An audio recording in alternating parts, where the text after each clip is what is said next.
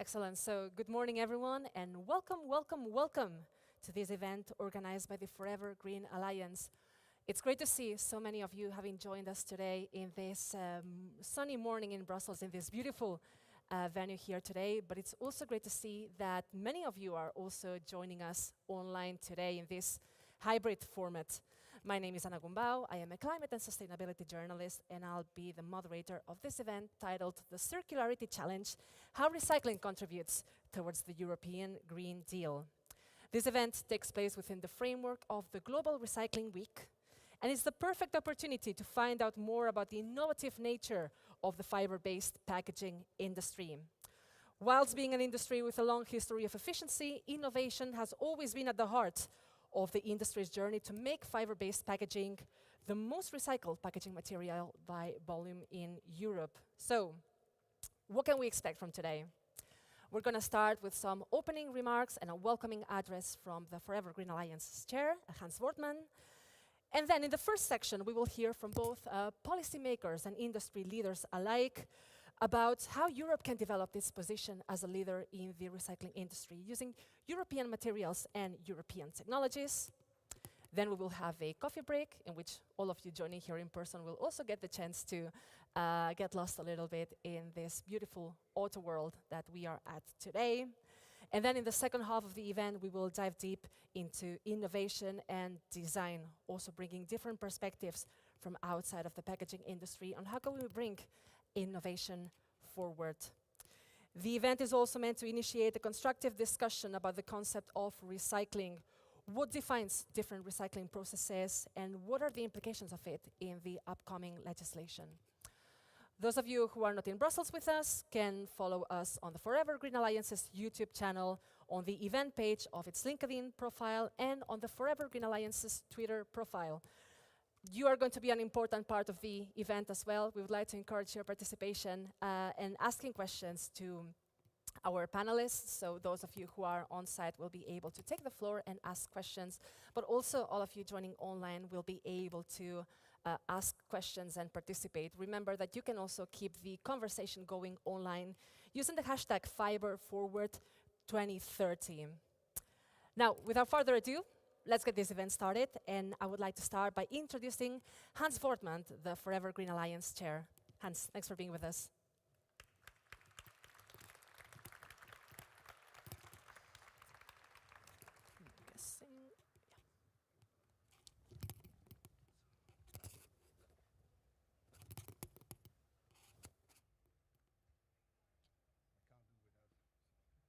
Good morning, ladies and gentlemen. Is it on? Now it works. Good morning, ladies and gentlemen, dear colleagues and friends. We're delighted to welcome you here for the Forever Green Alliance conference, the Circularity Challenge, and how recycling contributes towards the Green Deal. We want to thank you all for joining us here in Brussels, despite the strike, and all the friends and colleagues following us online. We launched our alliance almost 3 years ago to maximize the efficiency of how we use resources whilst creating fiber-based packaging. We wanted to be bold, to take ambitious actions to solve the challenges facing our industry and make a difference. And that is what our members are doing today. The past 2 years have been unprecedented, and not being able to physically meet undoubtedly made our work more difficult. I want to start saying by how proud I am of our members for rising to the challenges we are facing as a group, and their continued dedication to our cause of perfecting the circularity of fiber-based packaging despite these difficult circumstances. In particular, our members dedicate themselves to activities of Forever Green on top of their daily work, and clearly showing their determination to be part of the solution to some of the world's most pressing challenges. This year, we significantly increased our membership. We reached almost 100 members from all across the fiber-based packaging value chain, including startups, and which we have recently invited to join our alliance to encourage with disruptive and challenging ideas. Therefore, I'm extremely pleased to see a great representation of them here together with us today for the first time.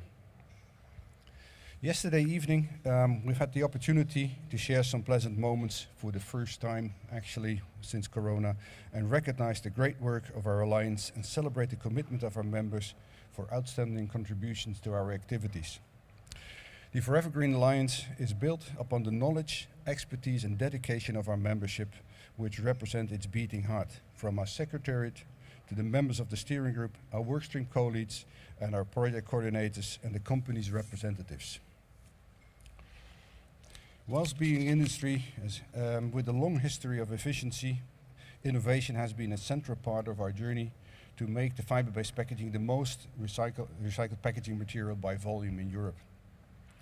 As you may already know, Forever Green is a cross-industry alliance with the ambitious objective to perfecting the circularity of the fiber-based packaging and contributing to a climate-neutral and sustainable society. We aim to raise the overall recycling rate of fiber-based packaging to 90% in 2030. When we set out, fiber-based packaging already had the highest recycling rate in Europe, as I already mentioned. However, we were not content with being the best. We wanted to go further and to ensure consistent recycling performance across the continent and continue improving our environmental performance. Transforming to a more robust circular economy is a compelling objective of the European Green Deal. It's clear that recycling and the more efficient use of materials plays a key role in achieving this. The work of our alliance demonstrates that the fiber-based packaging industry is already taking responsibility for achieving ambitious goals set beyond the targets of the EU. Forever Green has been working on all aspects of recyclability lately. We are building a knowledge base that will shape the sector for the years to come. Our teams of experts have been working incredibly hard to get to where we are today. And in coming together, we have challenged each other to combine our expertise in search of a scientific and factual base for our work. We are well on our way to achieving our goals. And in order to do that, we must commit to innovation, improving the infrastructure and delivering evidence-based solutions which helps everyone. And although some of us in the Alliance feel that we're not going fast enough, I personally am extremely proud of the key accomplishments we have reached already so far. We opened the year with the release of our first deliverable, the Circularity by Design guidelines. The accumulation of expert-led research and discussions to provide packaging designers with clear recommendations for making fiber-based packaging designed for recycling from the very beginning. The guideline, developed by 29 packaging design experts and reviewed by 114 industry leaders, represents a critical step in building the circular future of the fiber-based packaging. However, all our work streams have been progressing very well in achieving their goals. After 2 years of hard work, our guidance on improved collection and sorting fiber-based packaging for recycling has recently been released. It will guide the implementation of the future collection, sorting and infrastructure to meet EU legislations and support Forever Green's ambitious targets. Sorry, I got it. All based on an assessment of available collection and sorting scenarios across Europe today. Finally, after having tested and evaluated numerous of samples of different fiber-based packaging materials to see how individual packaging items perform in a standard mill process, we are almost ready to publish the first part of the recyclability evaluation protocol, the first part out of 3. This document will provide a comprehensive toolkit to boost recyclability evaluation and support the industry in producing fiber-based packaging compatible with a low-carbon, climate-neutral society. As you've heard, our alliance has already come far. However, we won't stop here. We're already looking forward to the future and have started to develop a work plan and milestones for the years ahead. Our activities are recognized today as stellar examples of the commitment of the fiber-based packaging industry to adapt the challenges of society is facing. We are aware of the uphill battle we are as society are facing. We are also aware that as an industry we need to do more to reduce our impact on the environment. That is why we are working together at Forever Green, and our collective commitment to perfect the circularity fiber-based packaging will continue to challenge us and guide us guide our future efforts. That being said, it is time for me to leave the floor to our guest speakers, who are high-level representatives of the EU institutions and the industry, and who will help us this morning to discover how recycling can contribute to the European Green Deal. A circular economy is one of the core pillars of the ambitious sustainable agenda of the EU. Later this year, we expect the release of the Circular Economy Action Plan 2, including a revision of the Packaging Waste Directive and the regulation on the substantiation of green claims. In addition, the eco-design regulation process is still moving on. As an alliance, we support any legislative initiative aiming at driving the circular economy and moving towards a sustainable transition of the packaging value chain. However, the regulatory framework must be fit for purpose, providing a clear definition of packaging recycling, safeguarding the primary functioning of packaging, and ensuring harmonization across the EU. And with that, ladies and gentlemen, I'd like to finish and wish you a very nice event this morning. Thank you very much, and over to you, Anna.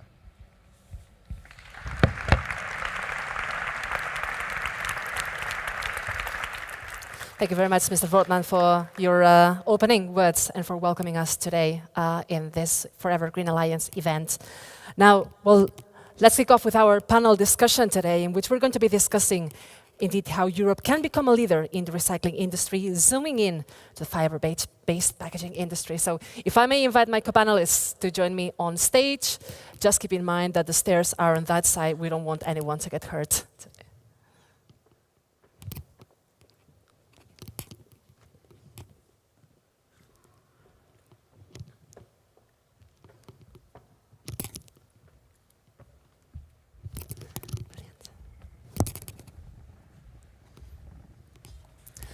Excellent. So I will start by introducing our speakers today. I'm going to start from my right to my left. So we have with us Tiina Pursulä. She's the Deputy Chair of the Forever Green Alliance with us. We also have with us Manuela Ripa, Member of the European Parliament for the Greens. Thanks a lot for being with us. Dr. Karl Olsmats, he's the Dean and Associate Professor for Industrial Engineering and Management at Dalarna University. And last but not least, we also have with us Francesca Stevens. She is the Managing Director at European, the European Organization for Packaging and the Environment. Thank you all for being with us. And I would like to start the discussion with a, let's say, sharp and clear-cut question. Is Europe already a leader in the recycling industry? If I can have a first round again from right to left, and Tiina, perhaps we can start with you.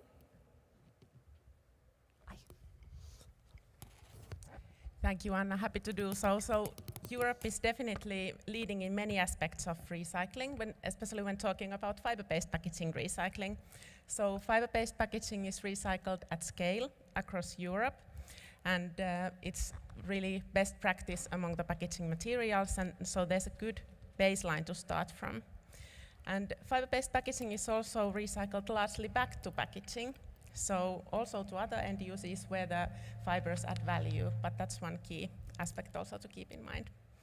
And collection and sorting infrastructure, that's largely existing. That's a great thing to have, but it could be improved though. So all packaging would need to have access to separate collection systems so that all consumers would find it easy for them to utilize. So that's really important. And also the system should be optimized for efficiency. From cost point of view, environmental point of view, but also the recycling value point of view. So that's very important development target going forward. And then we need to develop the systems in a holistic manner so that we really nurture also new innovations. Mm-hmm. Right, thanks a lot, Tiina. So it's a yes, but, so to say. Yes, yes, but there's room for improvement. Manuela, what's your take? Mm-hmm. Let's see. It's working, I think? Or maybe it's my other one. Okay, thank you very much. Thank you very much also for the invitation. I'm happy to be here today. And well, in Europe, we are certainly very well advanced, especially regarding the recycling of packaging. But and it seems also that we have the most modern laws in the world regarding waste, but certainly there's room for improvement, as throughout Europe we have many differences. And let's face it, I mean, at the moment the consumption is increasing too much. It seems that if we don't reduce resource consumption, by 2050 we will need 3 of this Earth. So definitely we have to act here. And for me this would mean that we definitely, and as soon as possible, have to end the era of the Anthropocene. That means the man-made impact on the globe that is reaching tipping points. And we should, as soon as possible, go to the next area. That would be the area of the Cyclocene. We have to do much more on circular economy, especially on sustainable circular economy. I have to emphasize this. And there, Europe should become leader and worldwide pioneer. Then let's face it, I mean, we in Europe, we lost many major industries, like batteries, like solar panels to China, and this definitely should not happen again. So for me, a yes, but also. Brilliant. You've touched upon something very important here, which is indeed a European industry with European materials and technologies, which we are going to be discussing further on. So thanks a lot. Now, Mr. Oldsmats, what's your take? Are we leaders already? Yeah, I would, first just a few words to my background, and I have a career in packaging since 25, 30 years, although I'm in later years, I'm a university guy, but I've been very active in World Packaging Organization, and that's hopefully I'll have some perspectives to bring into this discussion from that, although I'm not exactly on the up to date with all the latest things in packaging today.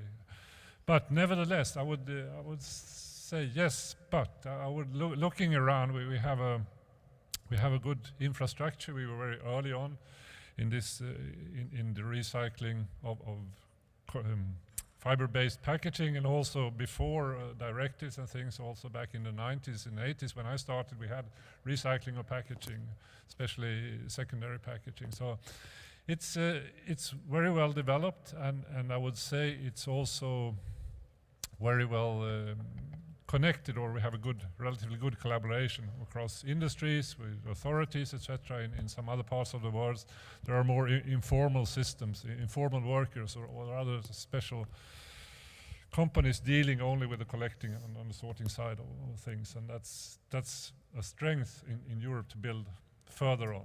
But I agree it's good, but it can certainly be further improved. Thank you very much. We'll be touching indeed upon the global dimension a little bit later on in the panel. Last but not least, Francesca Stevens, is Europe already a leader? I kind of joined the choir of yes, but. I think certainly, in Europe we have many examples as an industry of, success stories. But there is clearly need for improvement. I think collection was mentioned earlier. We still have huge issues when it comes to collection. And also I think the paradox that waste, packaging in particular, is still considered simply a waste rather than a resource. And I think that's really the switch that we need to operate to make sure that we're really talking about a sustainable circular economy. So we do want the material back. Can be very hard to get it back, despite things having moved on. And it was also mentioned that the situation is very different across member states. But I would say also member states that are perhaps doing relatively well, certain segment of packages are not collected. So I think we kind of also need to start from the basics before perhaps talking about the latest innovation. First of all, we need the material back. Brilliant. Thank you very much to all of you. Remember that you'll get the chance to ask questions to the panel, also to all of you joining us online. So keep them coming, and we'll be able to collect as many of them as possible. So we've seen already that, of course, there's a leadership position that has been developed there, but there's still a room for improvement, and even, let's say, on the most basic, perhaps, issues. So. If we look at the European dimension, I mean, there's a massive amount of legislation that are going to be either are already in the process of being developed or are going to be developed in the next month. So I think it would be great to hear from you, Manuela Ripa. What's the status quo at the moment, and especially where do you see a room for improvement? What would you like to see happening in the upcoming months? Yes, thank you very much. First, I just want to add something that Francesca said that I think is really important. She was talking about waste, and I think our aim definitely should be not to have waste anymore. I'm always saying waste is a luxury that we can't afford anymore, looking at our resource consumption. So what's happening at EU level at the moment? I mean, there's the packaging and packaging directive. It was implemented almost 30 years ago. Then in 2018, we had a revision that was mainly focusing on recycling targets. So the target for 2030 is to have 85% of recycling. And I learned that Forever Green Alliance is aiming at 90% of recycling. This is really great, and I can only encourage you to do so. But let's face it, I mean, packaging is growing continuously, and packaging waste reached an absolute record level in the EU. So the Commission will come up with a new revision of this packaging directive from 2018. I know you waited a long time for it. They did an open consultation in 2021, and then they wanted always to present this review, and now we have a final date. They said that on the 13th of November they will come up with this revision, so in 2 months' time. And I definitely see a lot of room for improvement. As I said, the last directive focused very much on recycling targets, but now we have to do much more to prevent waste. We have to follow the waste hierarchy. That means first prevent, then reuse, and last recycle. And we are far away from that. So definitely targets for waste prevention measures would help, and the Commission has these targets also in their in the header of their review. So definitely we have to see what they come up with. And at the moment in Europe we only have 2 laws preventing waste. That is not enough. I mean, the one was the plastic bag directive to have less plastic bags. The other one was the drinking water directive to have less water bottles, less packaging. But here we move on. We need to move on, and we need a culture of waste avoidance and reuse. Secondly, in order to prevent waste, we of course have to rethink the design of a product. It needs to be more durable, reusable, and possibly also repairable. And there is one thing that needs to be tackled as soon as possible, that is the over-packaging. That is something that we especially face in e-commerce, and the Commission and also the Parliament in their resolution asked to tackle this question. And thirdly, of course, there's the design. I mean, means it has to become much more environmental friendly. Nowadays, we have many packages that are complex because their paper is together with other materials, and so it makes it very difficult to recycle. And there, we need to find better solutions to recycle these components better. And I mean, in the end, it can also reduce waste management costs if we have a better and not so complex packaging.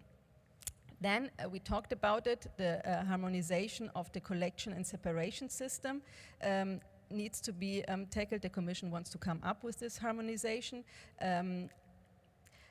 It has to be made also much, much more easier for the consumer to recycle and to apply the recycling rules, and we have good examples of recycling paper waste. For example, Belgium is very good, but also Germany. But then we have also odd ways of recycling. I don't know if we have maybe French people here in the room. I heard that they have collection system where they collect glass and paper together. I really don't know how this should work, but maybe somebody can explain. Or in Croatia, I mean, there was this waste tax so high that in the end people prefer to burn the stuff rather than give it to recycling. So this is something definitely we have to tackle. And last point, that is really not the least point, because it's a point that's very dear to my heart. We absolutely need non-toxic material cycles. I mean, nowadays we can find really harmful substances in our products, like PFAS or parabens, mineral oil, but PFAS and parabens, they're really dangerous. They can have an effect on our hormone system that's really bad for children, and they can cause cancer. I mean, just take the example of straws. We wanted to eliminate paper straws, and what do we have now? We have straws that are made out of paper, but they're coated in order to be water resistant. And for this, they use PFAS. I mean, we're going from the bad to the worse, and this definitely can't be the solution for it. I was, for my group, you mentioned I'm in the group of the Greens. I'm not a Green. I'm from the Ecologic Democratic Party, nevertheless.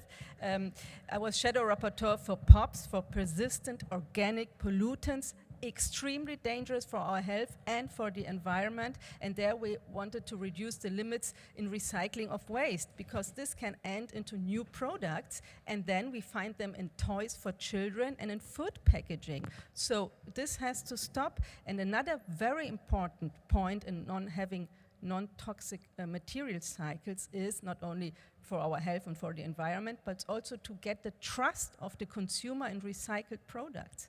Because we don't want that the consumer in the end says, no, I don't take this product because there can be dangerous substances in it. So maybe I'll stop here. I think there is already some improvement needed. Thank you very much. You put a lot of elements on the table, and I think it would be great to get a first reaction from the panel, because there's several priorities that have been mentioned, from waste prevention to harmful substances to harmonization. Where do you think that the priorities should lay? Who would like to? Tina, would you like to come in?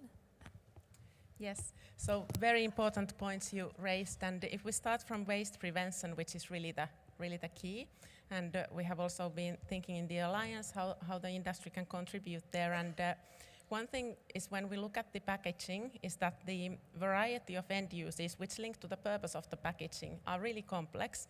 So actually we need to look in very granular level that packaging needs to deliver the core functionality, and then again, in a way, what is necessary there. And the work we have done within the Alliance with the hundreds of experts participating is really looking into this granularity of the design, in a way, for recycling and circularity principles, that what is really like the best way forward for different types of packaging for different type of end uses. And that also links to the recycling system. Also there we have complexity. So we need to get the right materials to right type of recycling mills, so that we can get the highest possible value out of the secondary raw materials. And then also, like in the Alliance, there has been work on the recyclability assessment methods. There's 3 different methods we are working on, so that we can really also assess that complexity and make granular assessment of both the recyclability assessment and then the design for recycling, to really cater also for this ultimately being able to support circularity and also the waste prevention in the best possible way. So that's quite crucial. And of course the design guidelines want to look that each material and packaging goes to right type of collection and recycling system where nothing is lost. So really turning this waste into resource, as you raised. I think that's especially the key here. And there, what was also raised, which is very important, is the role of consumers and how can that be made easier. Because at the moment, easy separate collection for packaging is not available for consumers everywhere across Europe, not for all packaging formats, as it was discussed.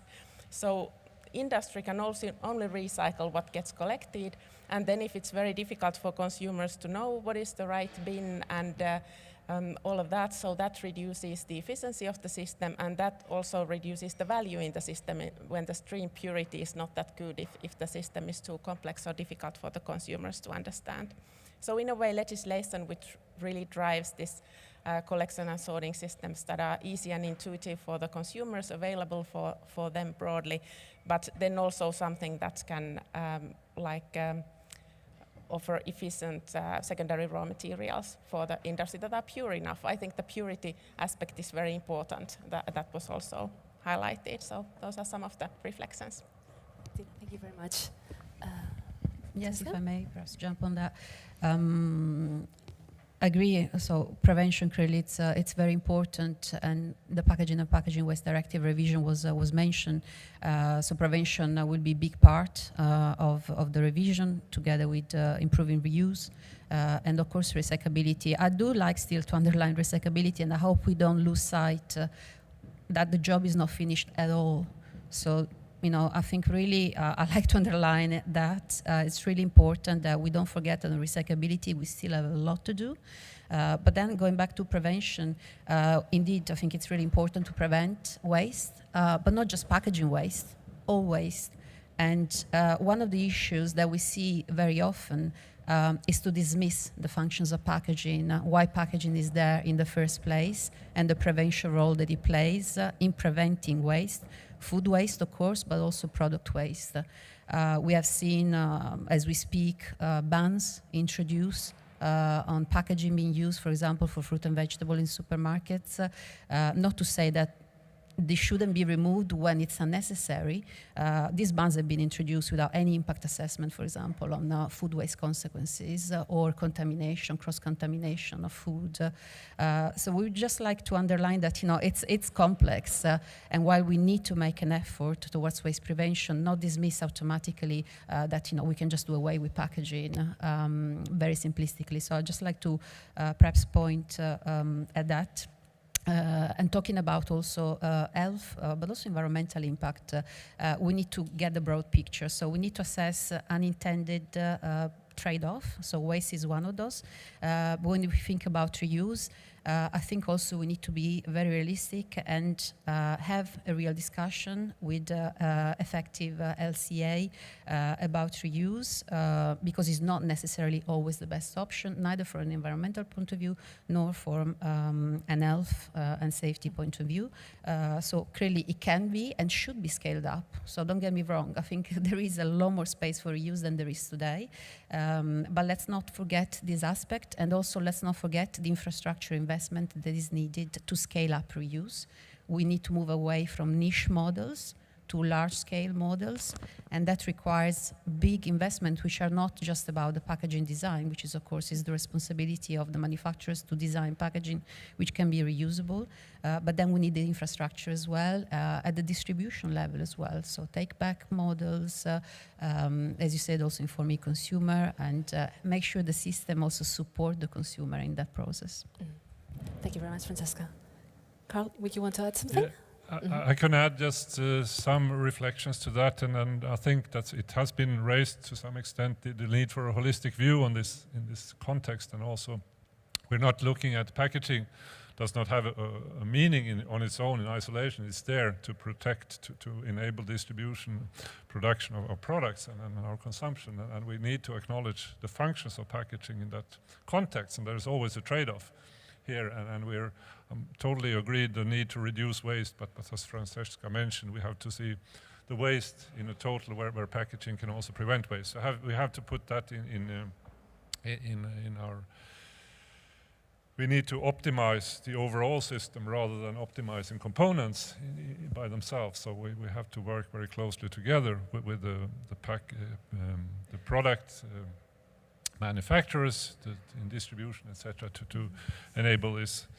And it's also important here to stress the need for this overall view. Also, when you talk about producer responsibility, for example, which is a leading word, and I fully agree to that. But where it can have, in its most restricted view, it's only a responsibility to take care of the waste at the end of the line. But it should, in my view, be something more than that, to minimize the total environmental load during the whole. We used to say supply chain, but now we're talking supply loops in the circular economy, and that should be our overall perspective, optimizing the whole system. And recycling can, of course, and should be a very, very vital component in the overall optimization. But thank you. Any reactions? Please, Tina. Yes, maybe a reaction on that, because I think this holistic aspect is really crucial. And when we think about circularity, it's one of the key drivers also for the climate emission reduction. So they need to look like together. And when thinking about these wider systems, whether it's recycling systems or reuse systems, the infrastructure and logistics play quite a big role in the overall climate impact calculations, for example. So really optimizing for this is quite granular, case by case, actually, what is better. And the more efficient systems overall at scale can be implemented, that typically also drives the climate emission reduction. So if we have very many different smaller scale systems in parallel, then it's very difficult to optimize for the efficiency and also the lowest footprint possible. Thank you very much.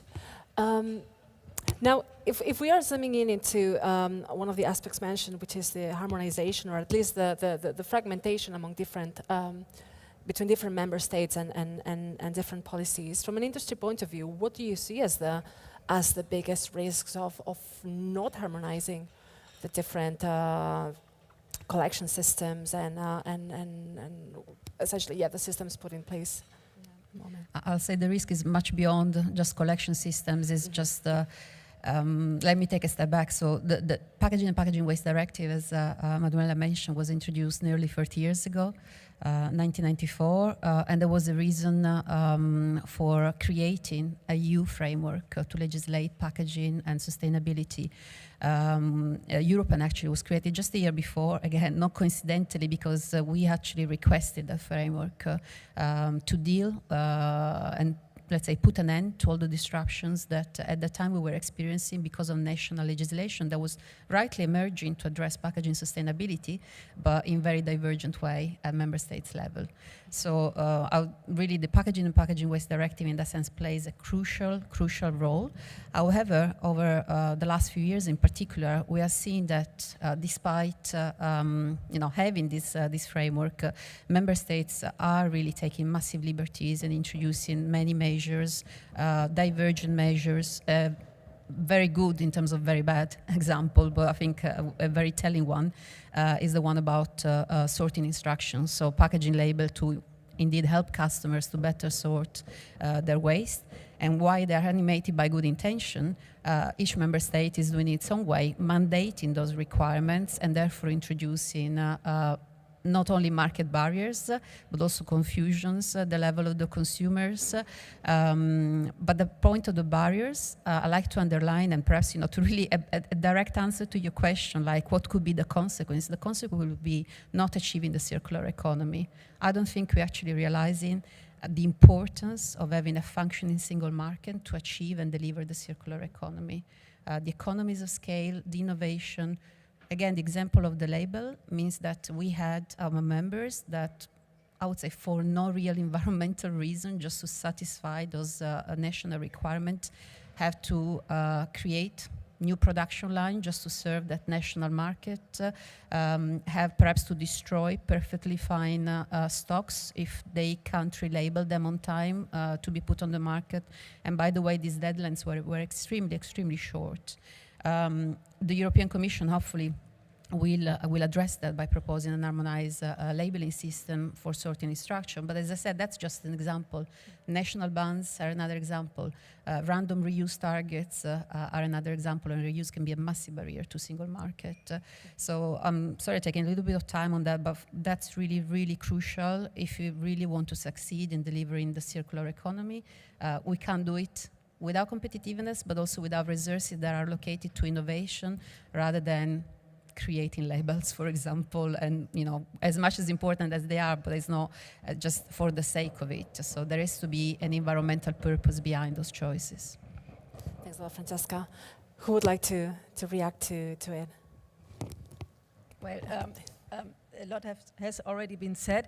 I just wanted to highlight absolutely it's the holistic approach that we need. I'm missing this holistic approach in many areas in the European Parliament because everybody is just looking at their field and they don't look at the broad picture. So definitely, I mean, to have a sustainable circular economy, we need everybody, starting from the consumer. He needs a good way of recycling and an easy, understandable way. I mean, I was also thinking, why do we have so many different ways in collecting, so many different colors? I mean, somebody that throws something away in Belgium should have the same color in Italy when he throws away stuff. So this is something we need to tackle. And I'm an absolute fan of labeling, because I think that empowers the consumer and makes him possible to do the right choices or to do the right things. But it's not only the consumer. I mean, we all have to act. The policymakers have to give you the right legislation, but also we need your innovations, your incentives, and your way to go forward, because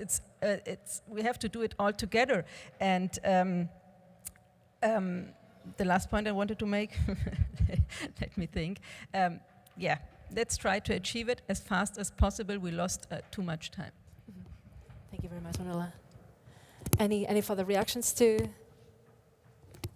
this question? Tina, please. Maybe briefly, I fully agree this labeling is very important so that consumers would find it more easy to recycle. And as discussed earlier, it can also improve the recycling value when the collected streams have higher purity. So then it's really good for the system overall. And when thinking about this labeling, it's especially important in the consumer interface, so that it would be like as harmonized as possible and as easy for the consumer as possible.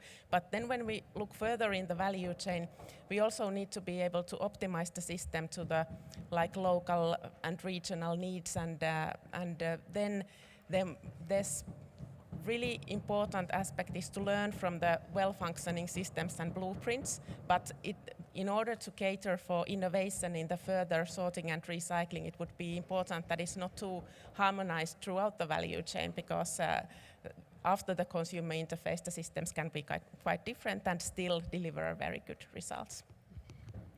Thank you very much. Yes.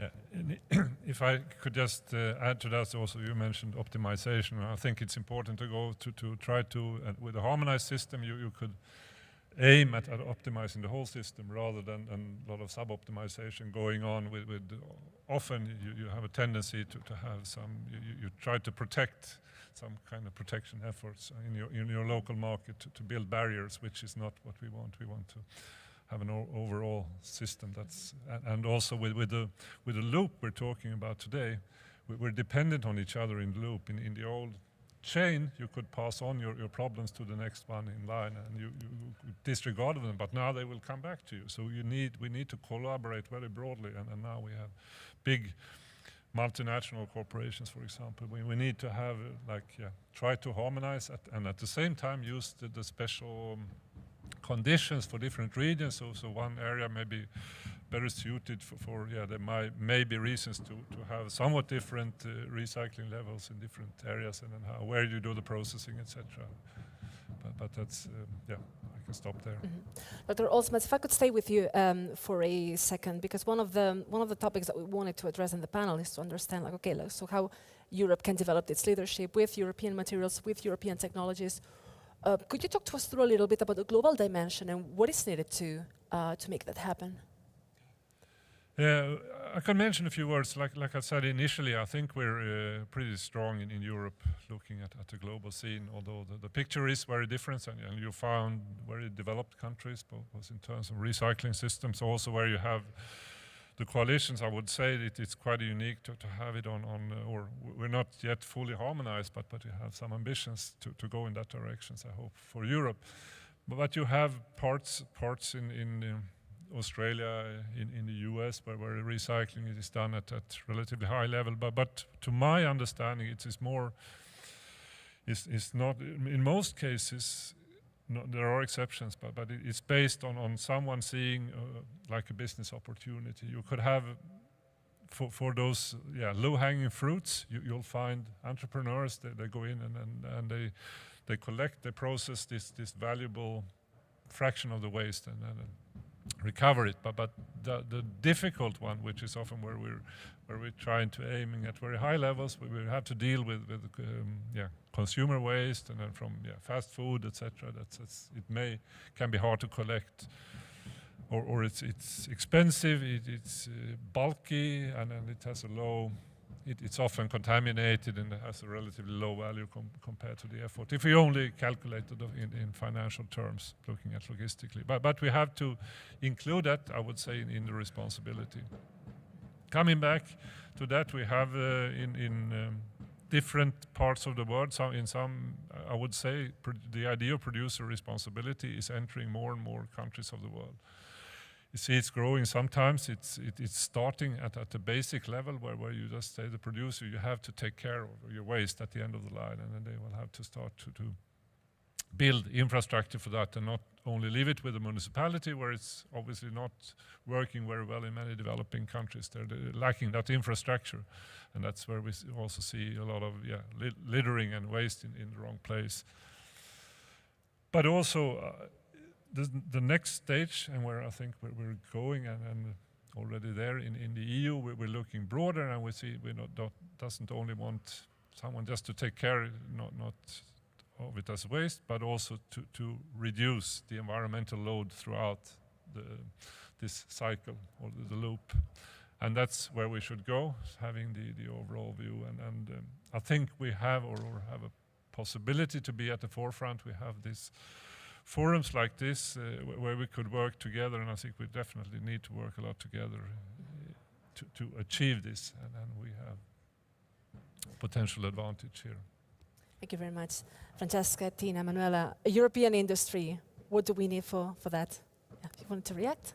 I wanted to react on the global dimension because, of course, we can't just talk about here in Europe about to reduce waste. Waste is a global problem, and we Europeans also did very bad things regarding shipment of waste in other countries. And that's you mentioned it before. I mean, there's a lot of regulation at the moment that is reviewed. We also have the review of the waste shipment directive, where exactly this shouldn't happen anymore. That we just take our waste and ship it somewhere else, and then we don't care anymore what's happening there.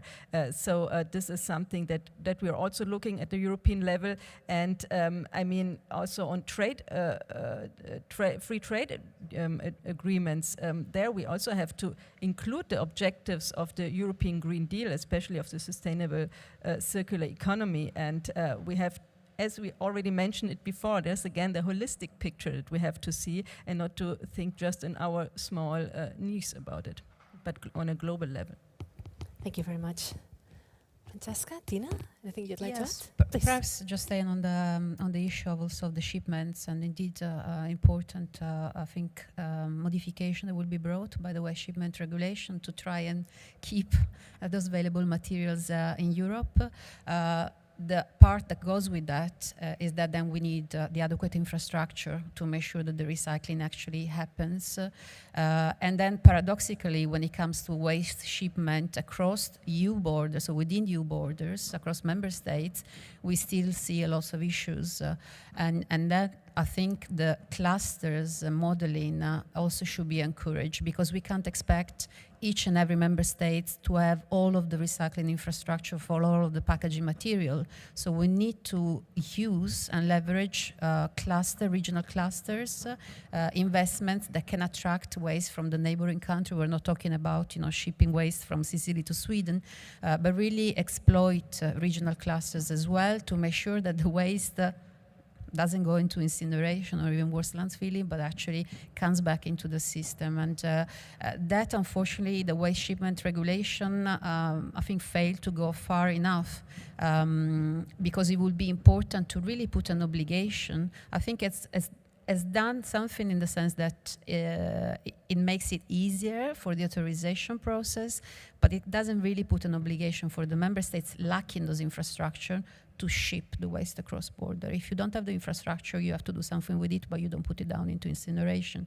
And that we are afraid that it's a big miss out from the waste shipment regulation revision.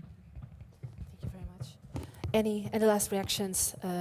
Tina, maybe you want to add something? Yes. Yes, maybe briefly that definitely when thinking about this global aspect, it's quite important that there's this good blueprint and best practice examples. And of course, for Evergreen, we strive to work with the really large group of experts and companies across the value chain to think that what would good look like in terms of like these design guidelines and collection and sorting systems, and also new innovative technologies. So hopefully with that type of examples, it can also like trigger further change and development in the value chain. And as discussed earlier, since this is so granular and complex analysis and assessment that is needed, so hopefully all the work that has been done over the years in Forever Green would be helpful for also the broader group of stakeholders to develop systems further. Thanks a lot, Tina.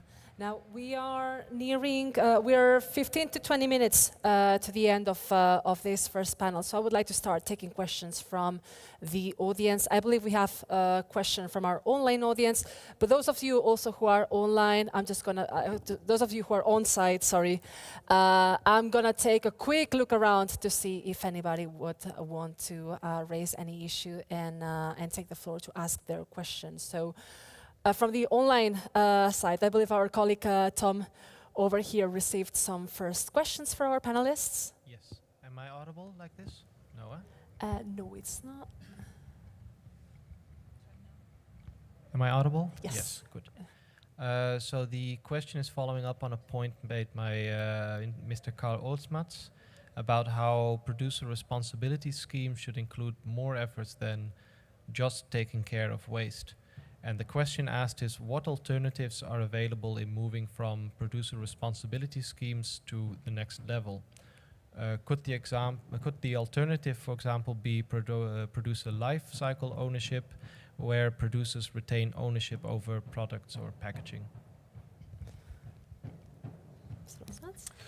Thank you for that question, and I think I don't have, of course, a very straight and easy answer to it, but to implement, going from the just thinking of the waste and moving into or taking responsibility from waste and taking this circular approach where we're going into the circular economy, it may well be some kind of responsibility or a joint responsibility of everyone in the loop to try to reduce the environmental load, and that should be the overall purpose of things, and not and where, of course, waste is we should minimize the waste, total waste in this loop, and we could then have trade-offs between product waste and packaging waste, for example. That's possibilities, but also in terms of overall resources used for transportation, and then how far should you transport things for processing, for example, collected fractions. But there are I don't have details on that question on that how to do it, but I would certainly look forward to some kind of life cycle approach. Mm-hmm. Thank you. Would anybody want to add something to it? Francesca? If I can, maybe on just waiting for the mic.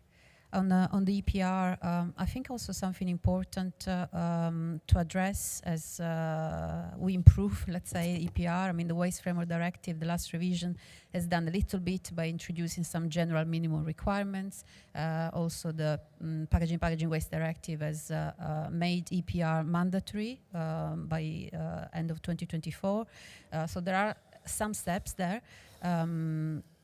Eco-modulation is also a concept which, it's important, will have a big role to play to improve the outcome, let's say, of EPR systems. But it's also important to fix things that don't work. So I'm also a little bit concerned to consider that, by just putting more money into the system, it will all of a sudden deliver. So we need to address some structural issues, which is also related to the oversight of the functioning of EPRs, and then also how the money from the EPRs are actually used by the municipal authorities, by the waste management operators. Are they put to the right place and to the right intent? So hopefully the next revision of the Waste Framework Directive will also, address these shortcomings.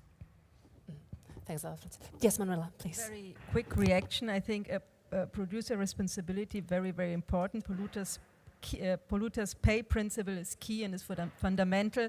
We have it I think 25 of 27 member states implemented it. Regarding the ownership over products, I think it's very interesting, and I also heard it in other aspects. So I would ask here more the industry what they think about it. I mean, I wouldn't be against it. Mm-hmm. Any final reactions, or? Well, I mean, yeah, if I can. I can of course speak directly for the companies, but again, I guess the complexity of processes needs to be addressed. So while some ideas may sound very good on paper, is like how do you actually implement them in practice? And I think we'll see with the ESPR, the eco design regulation. I think is starting to introduce important elements in that respect, in terms of taking responsibility throughout the life of the product and not just at the end. By ensuring repairability, reusability. So I think these are very important concepts, but they are indeed very complex. So let's consider it potentially. Mm-hmm. All right. I believe we have, from what I can count, 2 questions from the audience. First of all, we have one over here. If you can raise your hand, gentleman on the 3rd row over there. Yeah, hello, Jean-François Albert from CTO. CTO, a producer responsibility organization in France. First, it's more reaction of what Mrs. Ripa said about France, the organization of collections. Yeah, we have the main collection schemes, which is what we call commingled collections, but it's not together with glass. Only one territory in France are collecting with glass, but let's say 90% of the population is collected with commingled, so all plastics, paper and board, graphic papers, metals together, and glass apart. And another reaction, you speak about the issue as sanitary issues or health issues of circular economy. This is a key issue. We are working strongly on that aspect, at least in France. You know that for mineral oils that you cited, you speak about mineral oils. We have new regulations that ban mineral oils on packagings, on all packagings, but also on graphic papers. And everybody speak about holistic approach of circular economy. We have to integrate the interaction between the different circular economy of each type of products. And in this case of mineral oils, most of the mineral oils that are inside paper and board packagings, recycled paper and board packagings, are coming from graphic papers. That's the reason why we develop a program to reduce the use of mineral oils also on graphic paper prints, to be able to have the biggest opportunities to recycle graphic papers also in packaging. And in Forever Green guidelines on collections, we took a position that graphic papers and paper and board could be collected together and could be recycled together. So it shows that this is a key issue also to consider all the interaction between all the flows. Any question, or no? It that was more of a reaction. All right. Any reaction to the reaction then? We had another question on that side, and I would like to underline question.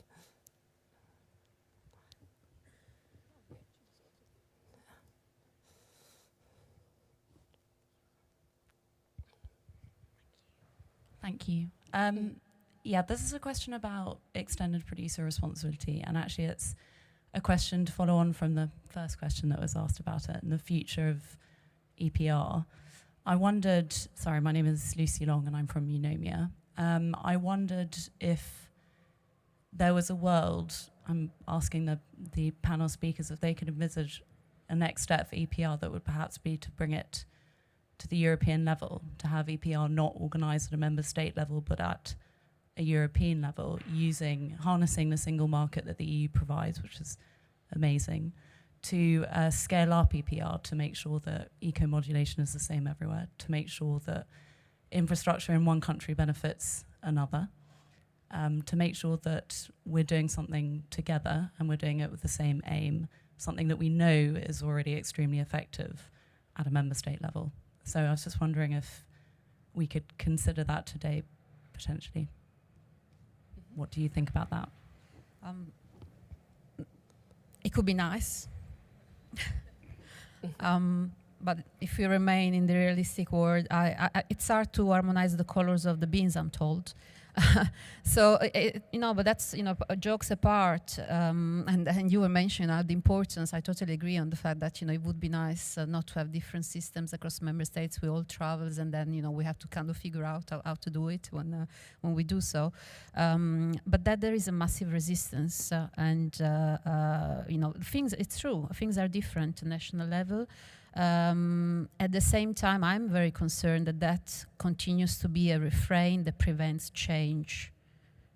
Because when we talk about the change we're talking about, so circular economy, and again, circular economy, I think is just a tool to deliver bigger change, like greenhouse gas emissions reductions and preventing environmental impacts, negative environmental impacts like waste entering into the environment. But if we're talking the kind of change we're talking about is huge. And for example, when it comes to packaging, we continue to hear about the design, the importance of changing packaging design, having to change color, shapes of bottles so that they can be reused, recycled, and that has to come. But equally so, the change at the waste management level has to come. And I think that's a really, really massive issue that we are not addressing, will not really be addressed with the revision of the Packaging and Packaging Waste Directive. The Waste Framework Directive revision, unfortunately, that will only come after. I think it should have come before the revision of the PPWD, really. But will these questions be answered? We will see. The batteries regulation is another example where the Commission proposed a regulation, so it moved from a directive with an environmental legal basis to a regulation with an internal market legal basis, exactly because of the need for harmonization. And the legal base is now been split, and EPR specifically are the chapter that are going to fall into the environmental legal basis. Why? Subsidiarity. And I'm personally very concerned of a similar outcome happening also for the Packaging and Packaging Waste Directive, which I think the Commission will come later. Their intention, they've said very many times publicly, is to also move towards a regulation with an internal market legal basis. We hope that will be maintained, and we hope that no surprises will happen later on during the co-decision process. But unfortunately, I don't think that's the reality that we are facing right now. There is no so much willingness to harmonize. And again, I understand the difficulties. It can't be done from night and day, but at least let's start moving towards that. Any further reactions? Yes. You mentioned it. I mean, there are huge challenges that we face, and I was talking about the tipping points before. They don't come from nowhere. And also the revision now that we have only 4 years after the revision of the Packaging Waste Directive is because we reached record levels packaging waste level. So it's not that everything is good and we are all happy and some improvements will change everything. I think we have to tackle the problem and to do real harmonization. I mean, we didn't talk about one topic that the Commission is also thinking about, the harmonization of the packaging itself.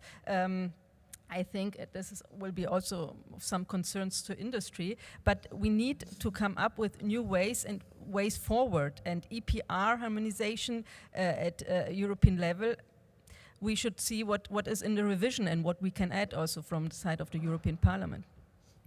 Thanks a lot, Tina.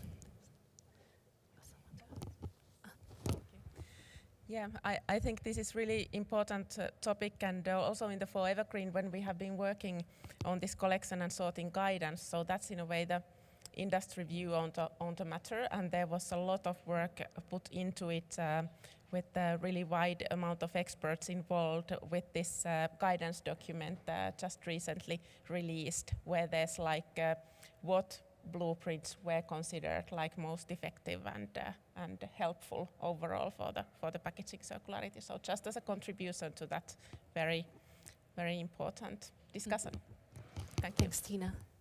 And if I can add a reflection, I think overall harmonization of EPR is a good idea, but at the same time we have to also remember that we need to adapt and this system locally, I think, to the local market, because it's very, the difference in population density, for example, that will affect how you build up your collection and processing system as one example, and also the market preferences, the consumption and production schemes look quite different in different regions and parts. So you need to take that into account when you design the system, and sometimes, as mentioned, you need to collaborate, especially with other types of materials in the collection phase to make that economically and also convenient for the consumer, so you don't build up your totally own system for fiber-based packaging. So those are things to take into account that at an overall level, harmonization, but you need to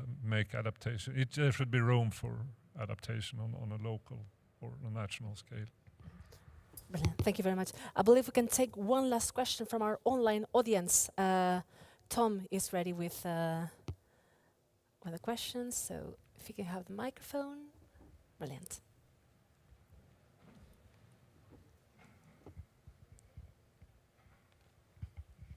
Thank you. It's a rather short one related to harmonization as well. Is anyone working to reach a unified labeling system all over Europe, or at least to let us use QR codes or an app? Have you heard the question? Huh? I think it's about the possibility to using QR codes or app instead of print label. Well, I think the move to digital is happening already. Already today, you can use QR codes. Some companies are already doing it. And you can indeed choose the information according, to the country where you're in when it comes to sorting instructions. So that's done, let's say, voluntarily. So hopefully that will be encouraged also with the revision of the directive. It's also important to understand, that we don't lose sight of the fact that can we already remove all this information from the pack today? Perhaps that's not so realistic in the short term, but certainly it should not be prevented, and it should be encouraged greater use of digital tools for sure. Mm-hmm. Anyone else? Very short. I mean, QR codes can be a good addition, but I think the label needs to be first sight, very easy to understand, because to look at a QR code is another obstacle. I mean, we have many information that we can get nowadays, but consumers, when they have the product in their hand, they need to understand what to do with it without having to look also at QR codes or take their phone and look at the codes. Mm-hmm. And if I could add another dimension to that, which is briefly mentioned here with the QR codes as an alternative, and that leads me into traceability and the increased demand for traceability among consumers, not the least of the products. And that could be, in my view, a possibility also for the supply loops to function, because there are some inbuilt problems in knowing how do we balance supply and demand, and knowing where is our material flowing in the loop. And I think those traceability systems could be a good tool here that could also help us in achieving that. Mm-hmm. Tina, please. Yes, just very briefly, fully agree. And I think it's important that even though there's a lot of complexity in the system, the complexity should be able to handle so that the consumer doesn't face it. So, as you said, it should be really easy labels for the consumers, but there's also a lot of digitalization and code potential further in the value chain for the system to be optimized. Thanks. Well, we started a couple of minutes later, so I think we can take a couple more minutes with final question for all of you. We're here in this meeting from the fiber-based packaging industry. So what is your one wish for the fiber-based packaging industry from here until 2030? And if we can make a round this time from my left to my right and start with Francesca. Well, just a disclaimer, though, of course, Europe represent all packaging materials, including fiber-based. So my wish, perhaps I extend it to all packaging materials, not just fiber-based. Well, the wish is that, we really use this opportunity well, that we don't waste it. Excuse the joke in the words, but I think it's really important. We have a game-changing possibility, but then we really need to make sure that we are taking the chance properly and understand that, I really like what Manuela said earlier, this is a collective effort. So if we can really move in the direction of, every part, not just to the value chain, but as we said before, waste management operators, municipalities, local authorities does its part, perhaps we can get it right. So my hope for the industry, particularly at this time, which are very challenging, is to make sure that we continue to have a thriving industry in Europe, competitive, that can actually show the rest of the world that yes, it can be done without losing competitiveness, because otherwise the rest of the world will not follow us. Thank you very much. Carl?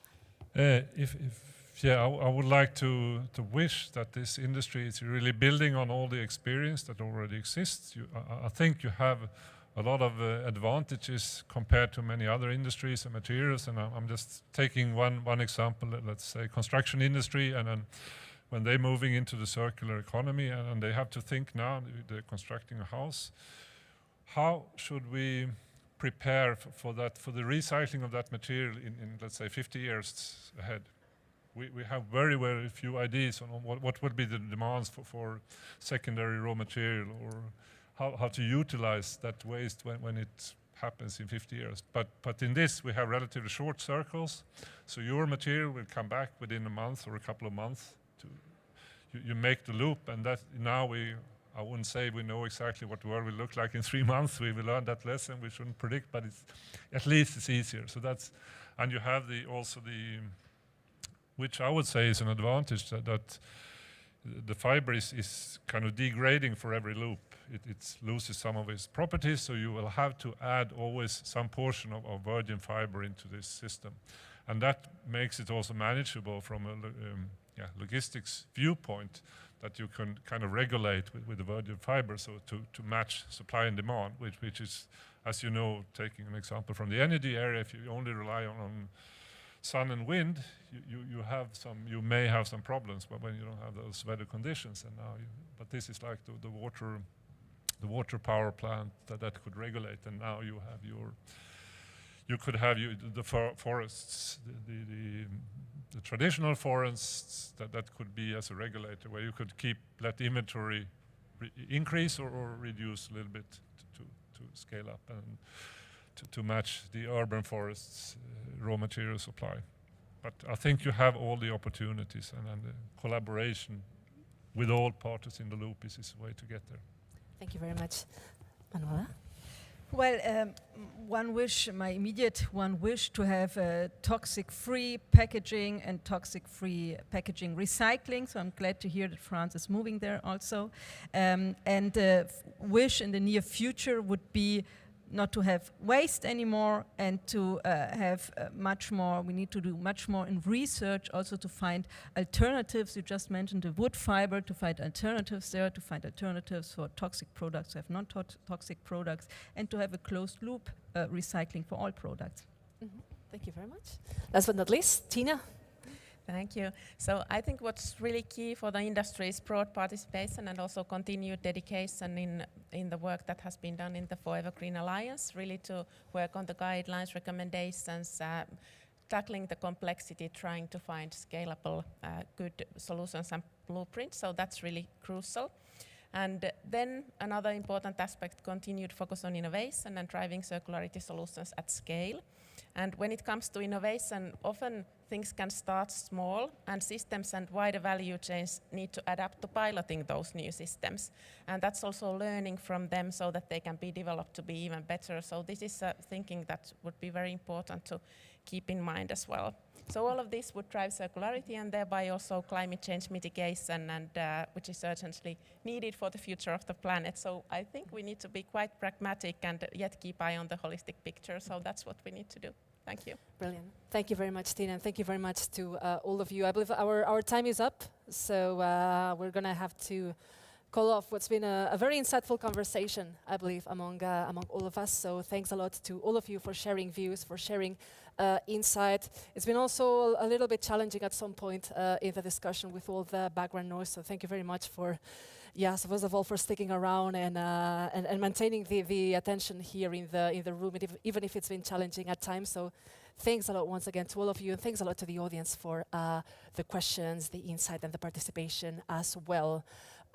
We are moving to the coffee break. We just have about 20 minutes for coffee break. As you already know, those of you who are on site on the other side of the room, those of you joining online, we are still going to be around in the same channels that you are already following us from. So thank you very much to all of you, and see you in 20 minutes.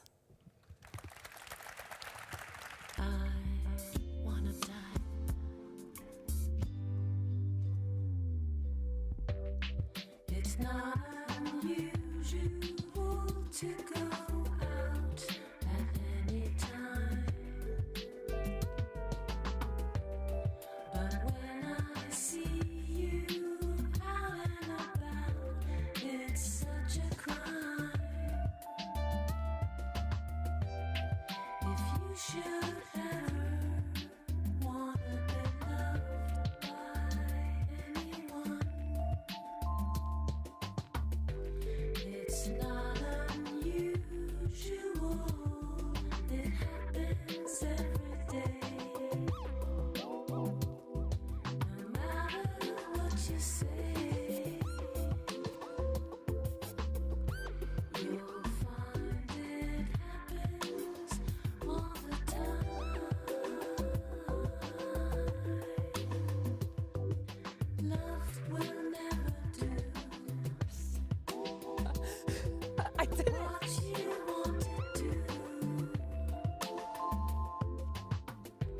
Why can't this crazy love be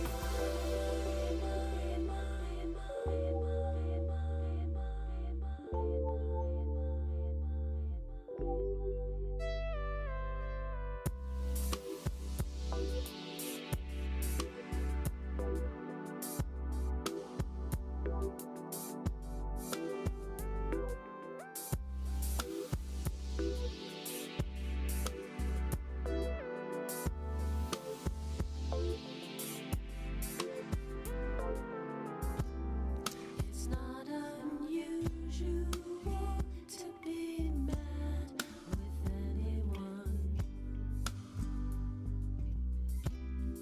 It's not unusual to be sad with anyone.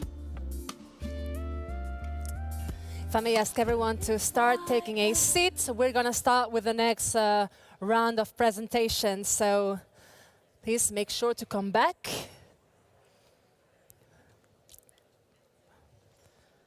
Oppa. Be nice if I have my script.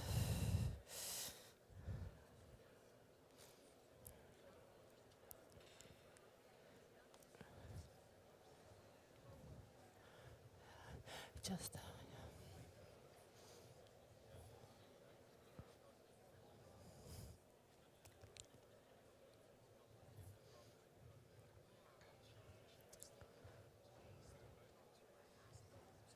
So.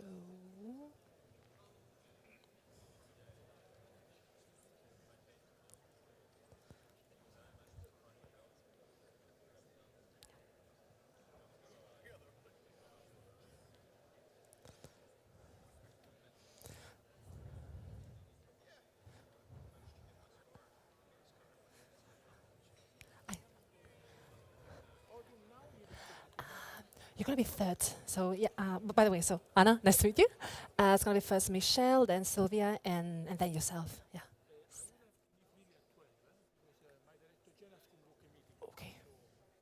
Okay. Okay. Sounds good. If we start now, then we're going to be on time.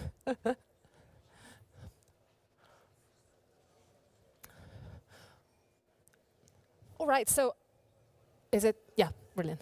So I just say let's get it started. So welcome back to all of you. I hope you've had a nice and enjoyable coffee break, and that you are ready for the second half of this event, in which we're going to have a series of deep dive sessions.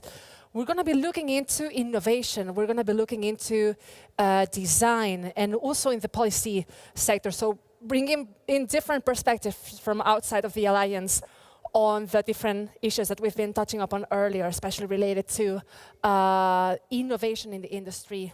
So without further ado, I would like to, first of all, call on stage Michelle Gibbons for our first one of our presentations.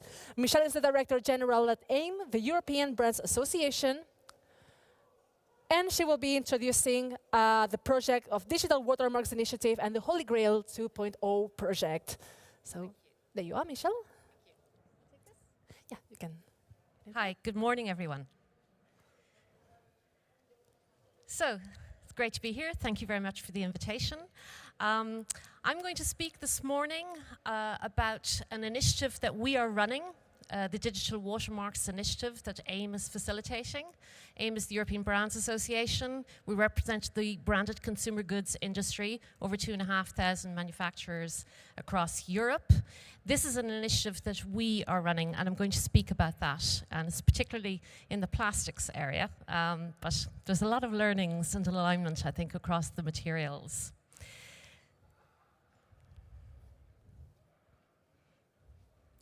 Okay. So, the circular economy, I mean, this whole initiative that some of you will be familiar with, has come about, of course, because of the goals that we are looking to achieve by 2030. In terms of plastics packaging, we face the new circular reality. By 2030, we have 100% of plastic packaging to be reusable, easily recyclable, or compostable. By 2030, 55% of plastic packaging to be effectively recycled. And by 2030, 30% average recycled content across all plastic beverage bottles.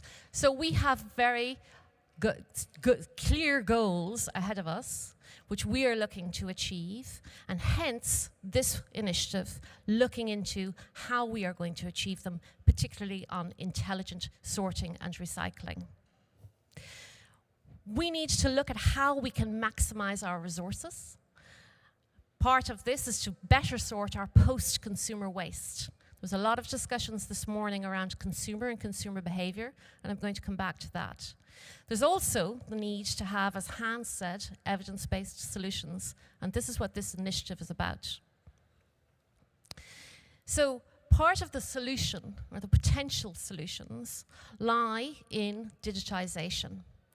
We are looking to revolutionize how packaging is sorted through digitization, but we need new possibilities because currently the existing technologies just can't get us to where we need to get to. So this is where we took on board, from September 2020, we launched the Digital Watermarks Initiative called Holy Grail 2.0. It is a group, an organization, a collection of members, over 170, looking at how we can achieve this, working together across the value chain. And our objective is to specifically look at the technical and economic business case at large scale of digital watermarks. So, as we work towards achieving a circular economy for packaging, what do we need to do? So this actually shows you, it's a video that shows you what it is that we are seeking to achieve and the complicated journey that we are on from consumer to the waste management facilities. I'll just let you take a look at what this is, because this explains what the actual technology is itself. Sound doesn't seem to be on, but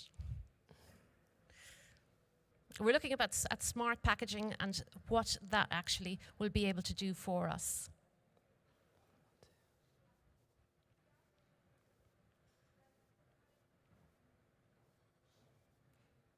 So watermarks are actually tiny imperceptible codes. They're put on the packaging. They are not visible to the human eye. They are once identified, they can be sorted into different streams efficiently. So it's one clever little postage-sized stamp. That's actually the technology itself.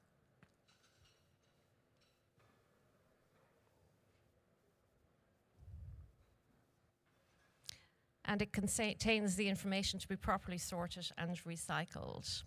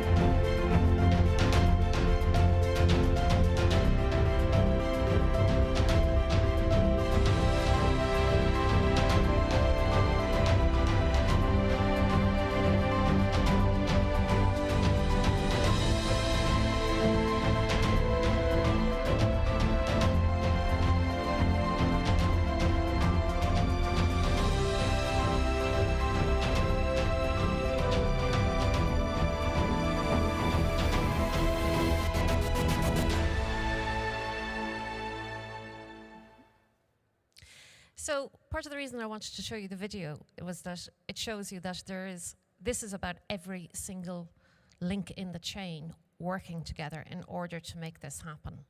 So we started, actually, this whole initiative started in 2016 under the Ellen MacArthur Foundation.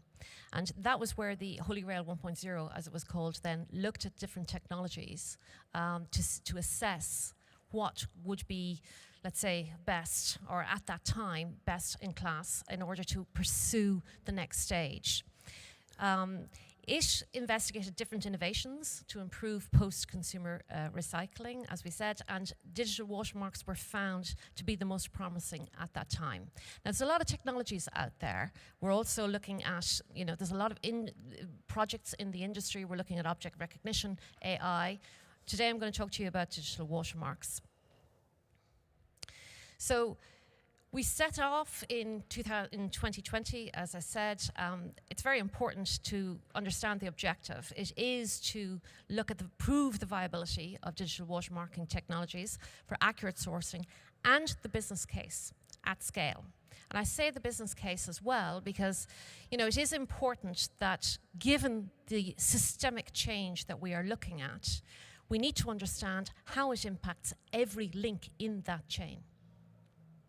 We as the consumer goods industry, the branded consumer goods industry, obviously we use a lot of various types of packaging, including plastic.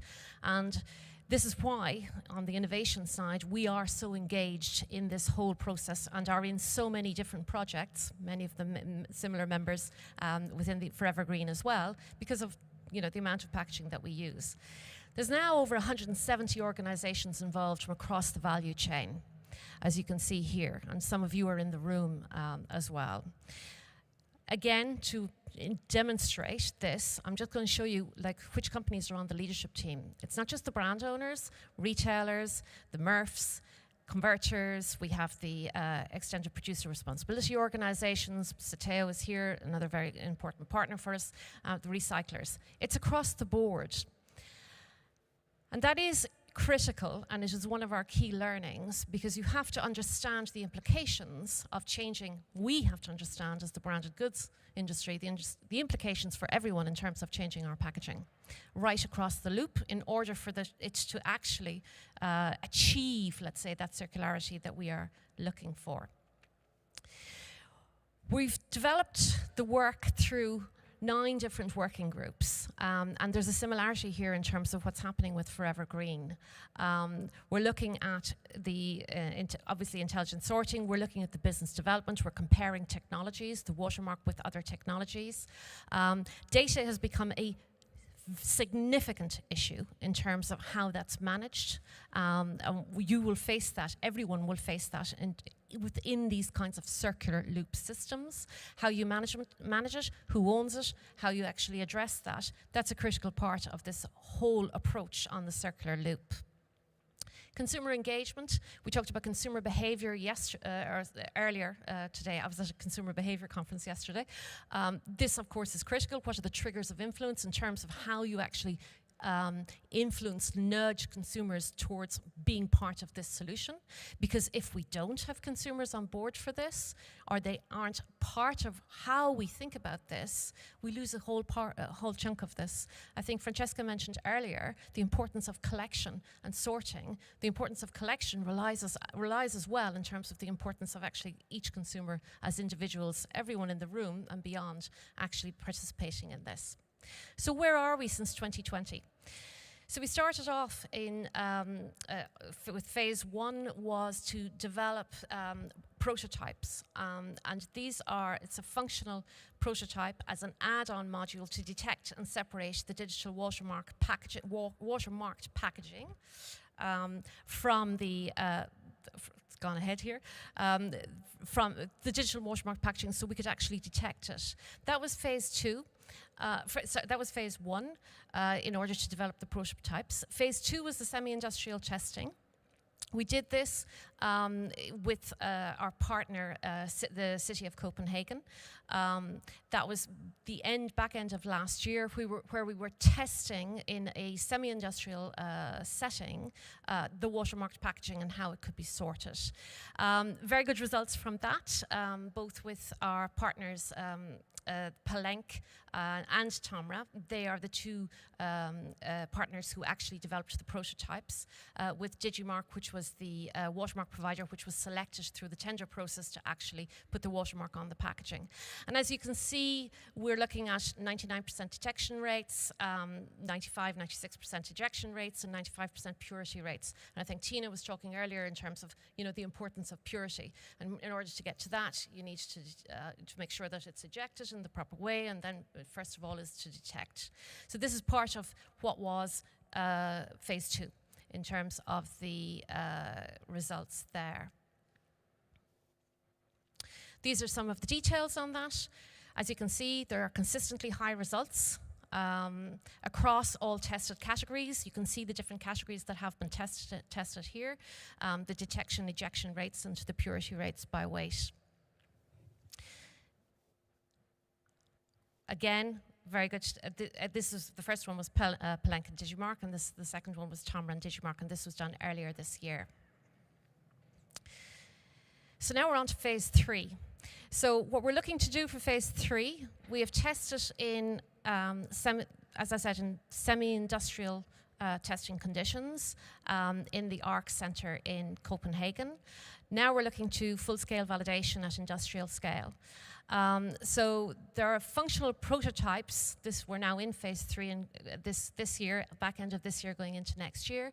Functional prototypes will now be deployed in the commercial sorting and recycling facilities under normal operational conditions at a large scale.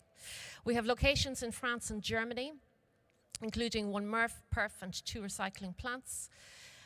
The brand owners and retailers, this is what's in motion now. We bring the enhanced products commercially to market across 3 markets, Denmark, France and Germany, 38,000 tonnes per year, of which 16,000 tonnes are actually on the LCB side. Consumers will buy, or currently even now can buy in certain markets, some of the products that are on shelf. That packaging is digitally watermarked. It will enter then into the waste stream after consumption, and the objective is to test the system's reliability to ensure optimum performance. This is what we are aiming to get to. With the successful completion of phase 3, we'll have actual system proven in an operational environment. This is where we're at the moment in terms of phase 3. So the plan for the first test is on non-food or pet. You can see the detail there. We're looking at the kind of detail in terms of what we need for spiking volumes, how we need to have real-life conditions with a mix at the Suez MRF in France, create 3 different blend volumes. Here we get into some of the detail of what is required in this phase 3 in order to prove this in the operational side with our partners. And I'm delighted that Citeo, the colleague from Citeo, gave an example earlier about the complexity of the mineral oils, because this is where we get into huge complexity around how we do this. Concretely, how we are actually looking at putting this testing in place. You can see we're with Höndgen in Germany with 2 add-on units. And also Landstein in terms of the granular sorting, and one of the panelists earlier mentioned the importance of granularity as well.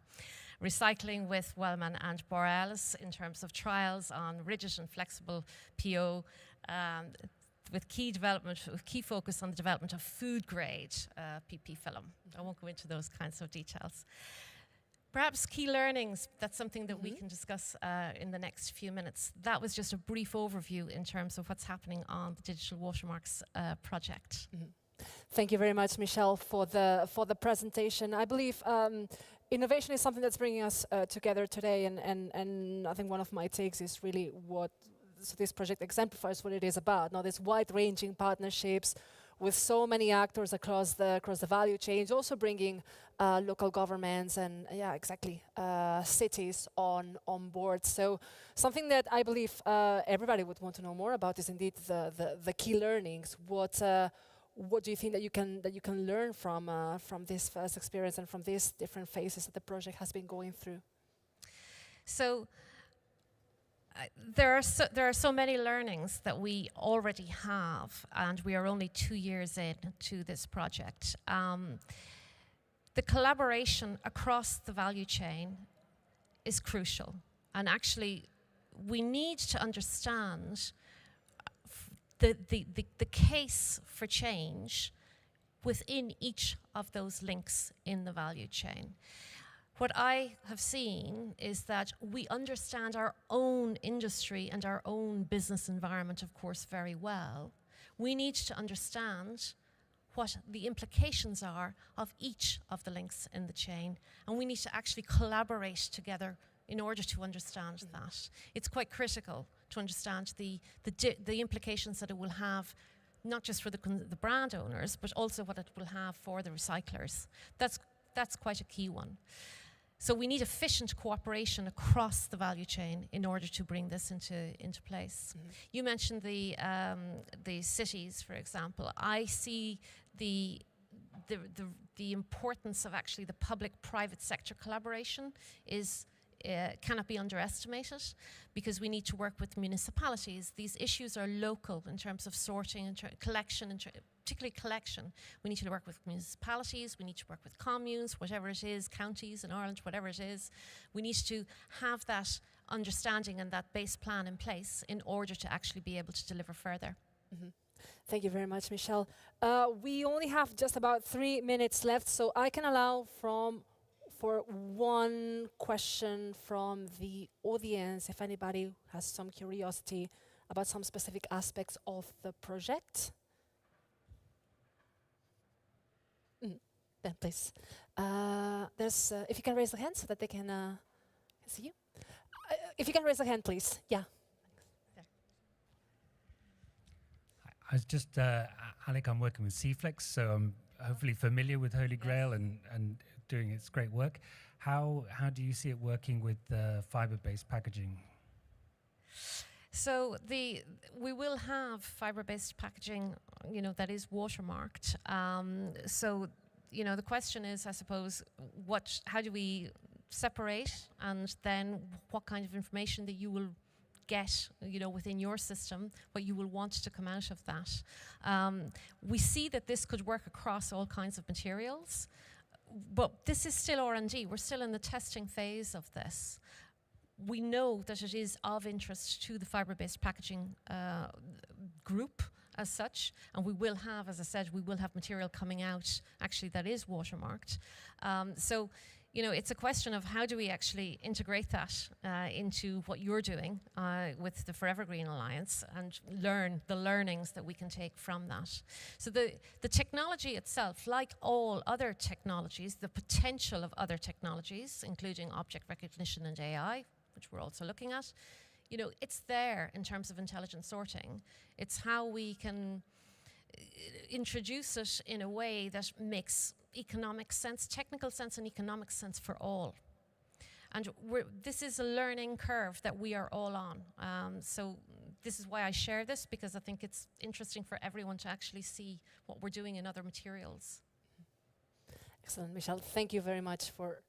I think we need to... if you can pose the question very, very shortly, I think we could have a minute to answer. Okay, then. We can do that on one-on-one, so to say. So thank you very much, Michelle, for your presentation and for being with us today.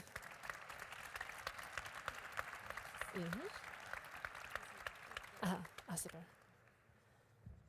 Right. So, and you have the contact. So I believe that next up, goodness, that keeps going. Are we on a loop here? Anyway, in the meantime, as we managed to solve this tiny hiccup and we don't get stuck in this loop, I would like to invite on stage our next guest. She's Silvia Vitale Rotta, representing the European Brand and Packaging Design Association, in which she will be zooming in to the importance of design in this process. So there you go, Silvia. Thank you very much. So here's the clicker, and then microphone with you. Thank you. Good morning, everybody. I'm going to have to be quick because it's quite cold and I just cannot get it into my mind. I'm Italian. I've just spent time in Brazil to wear winter clothes, so I'll be quick. Okay, so yes, I am the president of the European Packaging and Branding Design Association.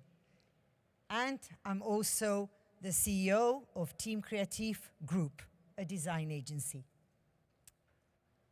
Oh, it's me that has to do it? Okay, so here are my credentials.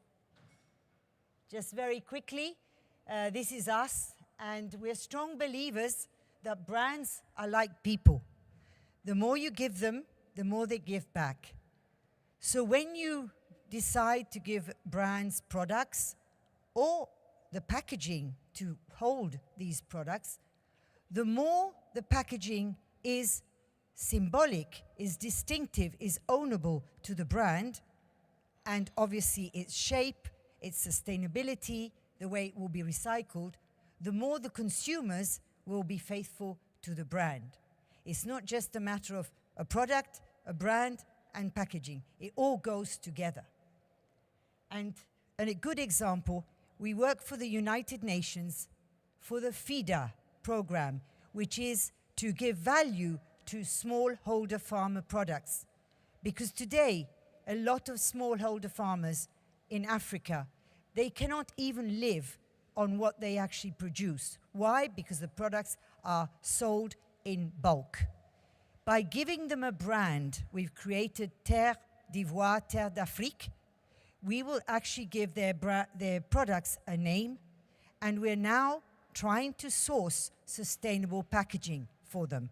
Therefore, I'm sure fiber-based, with maybe a few labels on it, would be a great solution to avoid half of Africa being covered with plastic bags, plastic bottles, and none of them, of course, are not recycled because they don't even possess it. So we need something that is easy for them to reuse.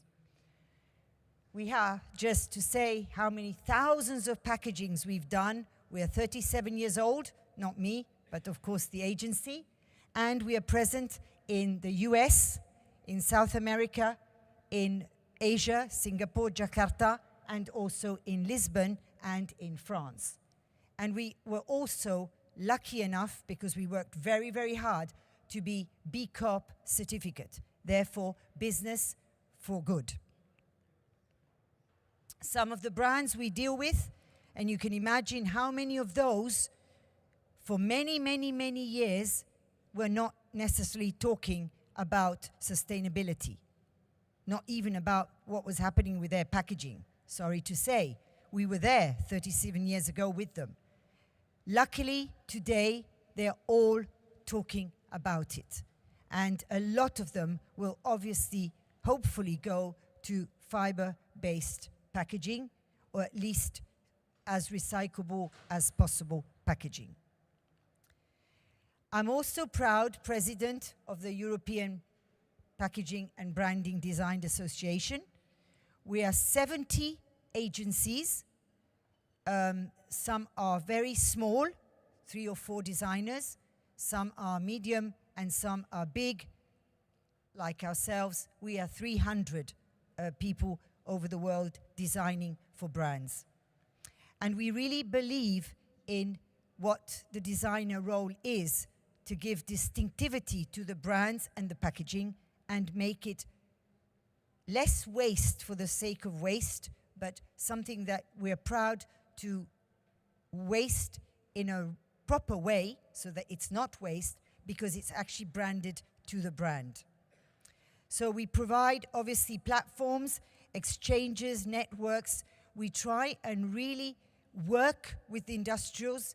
It can be the brands, but it can also be the providers of the supports, so that we really try and bring the right packaging to the right brand for the right recycling. Today, as a structural designer, I'm a designer myself, we really think of the consumer, because it's the consumer that uses us. So we have to be extremely friendly, extremely easy for them to figure out, extremely easy for them to dispose of. We have to be sustainable, because today none of our marketing managers, and even less so their CEOs, give us the money that is sometimes needed to change what they do today, to go more sustainable. So it needs to be very, very cost effective, whatever we design, so that it can actually be produced almost at the price that they're paying today, but sustainably. We need to be iconic, because the more the packaging is iconic, the more worth it has for the brand and the products it holds. And it needs to obviously be extremely responsible to the planet. So the right packaging. What's great is that for 20 years, every time we go to Brazil, every morning we do 10 kilometers on the beach. And we used to collect every morning between 10 to 15 kilos, myself and my partner, of rubbish picked up on the beach. Straws, cups, bottles, all sorts of things. Some of the plastic bottles even had shells growing on them. That's how long they'd been in the sea. Really, really happy to say that this year we carried on doing 10 kilometers a day, and we were collecting at the very most 8 kilos, and a lot of days only 3. So maybe that is a great sign. In a very simple manner, the tides are the same, huh? They haven't changed, obviously. A bit more, a bit less, but it's great to know. Something fantastic is the circular designs that we do with Loop. In other words, reusable packaging. Here is a beautifully designed container. It holds all the values of the brand Häagen-Dazs. So when you look at the container, it's got the touch, the feel that is a value chain to the equity of the brand Häagen-Dazs. And it goes through Loop, so Häagen-Dazs organizes to pick it up and fill it up, clean it, of course, hygienically, and fill it up again. Some other examples we've done with other brands of recyclable packs. And of course, the wood foam, the fiber-based packaging, and how that can be used for different uses. Here, Stora Enso, very big partner of the design industry, thank you very much, and paper foam with other uses that we all know about. So how can we create these strong partnerships? Well, we need to obviously be very conscious that one needs to know what are the planned investments. Is there a real wish to go more sustainable and to put the resources that are maybe needed a bit more than today to actually achieve recyclability and sustainability? What is the brand's ambition? Because it's no good just doing packs. They need to be coherent with what they hold and what the brand they carry. The retail requirements, how they will fit on the shelf, but also how they look online shopping. And of course, and mainly the consumer expectations, so that they can love it, open it, use it, and throw it away easily. And very important is, by working together, we will build all together a better future. So designing for a better tomorrow with all the knowledge and support of the industry, fiber-based or other industries, to actually make it possible that our clients, our industry, our brand industries accept to really dedicate the resources and the time and money that is needed to make especially the food industry do the turnaround. And altogether, let's move mountains, because let's all share and dare and shine for the better planet. Thank you very much.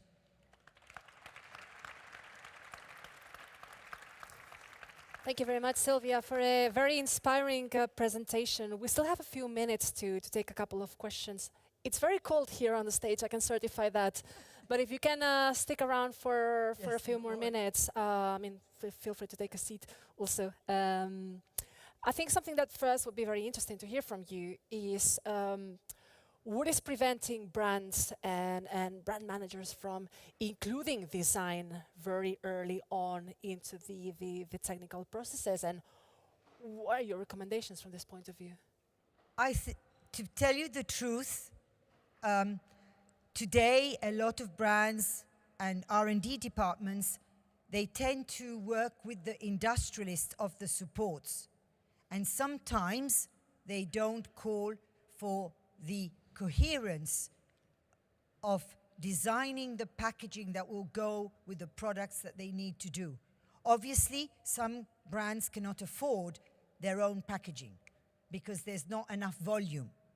So some brands have to use generic packaging, and that's not an issue. But the big brands, especially the ones we work for, the Danones, the Nestles, all these incredible brands that we all use every day, they have the resources and the money. And sometimes they don't think of going to a designer. However, when they do, and the certain iconic packaging that there is in the world today proves how important it is, then they call us. And then what happens is that sometimes it's just too much investment and too much changes for them to go to sustainability. But now they're going to have to. So that's good news. Thanks a lot, Sylvia. Do we have any questions from the audience? We still have a couple more minutes, so please go ahead. If you can raise your hand so that we can see you. Perfect. Thank you. Thank you. It was a really inspiring presentation. Christine from Tetra Pak. What would be your definition of a sustainable packaging? Well, I'm not an expert to the degree to be able to explain to you technically, but sustainable is already protecting, transporting the product. Because packaging is for people, and people cannot live today, especially in countries where it's humid, where there's insects, where the transportation is a disaster. I mean, we just need to all go to Africa, and it's just very, very difficult. It has to protect the product. So just the fact that it's protecting the product, it's not creating waste of food. And this is fundamental. And then, of course, for it to be sustainable, it needs to be easy to recycle or to be biodegradable, which is more difficult. And then, like in Africa, there's the huge issue that there is no recycling. I'm not talking about the whole of Africa. I'm talking about West Africa particularly. There's not all the recycling that is needed. So one has to say, what is the recycling that is most essential to them? And somebody needs to invest and then get the trash can sorted out and all that. So sustainability, as everybody explained, is a very complex thing, and we all need each other to actually make it happen. But each step in the right direction is already a good thing. Thanks, Sylvia. Thank you for your question. Yeah, Jean-François Robert from CTO. Bonjour. Do you see really some opportunities or some change on the way to change market codes, marketing market codes on some sectors, for example, luxury market or whatever, that reintegrates sustainability, circular economy, and not only marking on the packaging, this is recyclable or this is a biosource or whatever. Do you see and do you have some examples of free change of the market codes and habits? Yes. In food, globally, you do not do too much over-packaging. All the over-packaging that used to exist 10 years ago, where you had enormous gift boxes or lots of over-packaging, it's now being reduced more and more. However, in cosmetics, and all the ladies in the room, I'm sure, are a little bit responsible as well, because we all buy cosmetics, more or less, is they do try and sometimes have headspace. Headspace is when you have a small jar of cream that costs a lot of money or not, or whatever, and then you have a lid that's almost the size of the jar of cream, and then you have the bottom, and all that is size impression. And of course, that is something that is going to change because the law is going to change, and the industry is not going to be able to have head space, what we call size impression, to make the thing look bigger. Like in a perfume bottle, you've got the perfume and then it's got a big lid to make it look exquisite. That lid is now going to have to be a lot smaller. So all that is going to be a huge change in the cosmetic hygiene sort of world. And in the food packaging a bit as well, on certain products like spirits, alcohol, and chocolate, voila. But the rest is all right already. The cleaning up's already started. Thank you, Sylvia. We have one last question here in the middle. Yes, just a short one actually. You talked about the iconic aspect, whilst also we talked previously about harmonization. How do you see both of them in alignment at a certain point from a design perspective? I think harmonization personalization, harmonization is essential to harmonize. And it's for sure that certain brands today, they have 4 or 5 machine lines, production lines. They're all producing noodles, and each one is not harmonized for whatever reason. So there's huge harmonization that can be made there.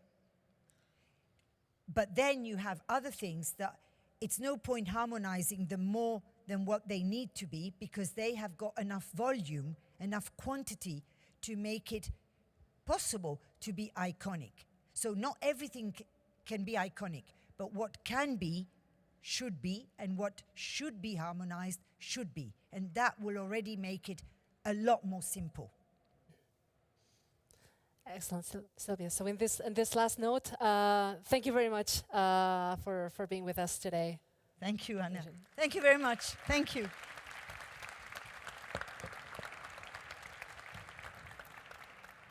All right, so and to wrap up this section of deep dives, we're going to be looking back again into the policy aspects, and in this case, I'm delighted to have on stage today with me Mr. Mattia Pellegrini, Head of Unit at the European Commission's Directorate General for the Environment. Mattia, the floor is yours. Thank you very much.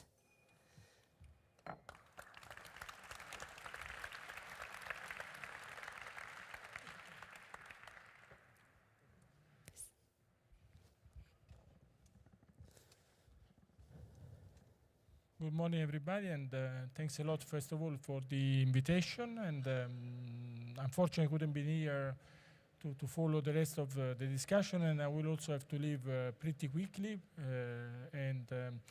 But I mean, it's an opportunity, really. I mean, first of all, also congratulations for having created that alliance, and indeed, is also an opportunity from a timing point of view, because indeed. We are getting very close to the adoption of the revision of the packaging waste directive. And indeed, it's always useful to listen to stakeholders. I mean, to listen, for example, on developments on the digital watermark, but also to listen to industry players which are active in the design of the packaging.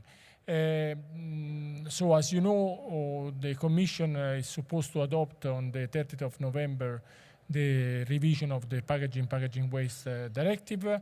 Is a big package on circular economy. Is made of essentially 3 proposals. One proposal on green claims, one proposal on the revision of the packaging waste directive, and one communication on bio-based, biodegradable plastics, which will be more a communication on with non-legally binding, let's say, provision.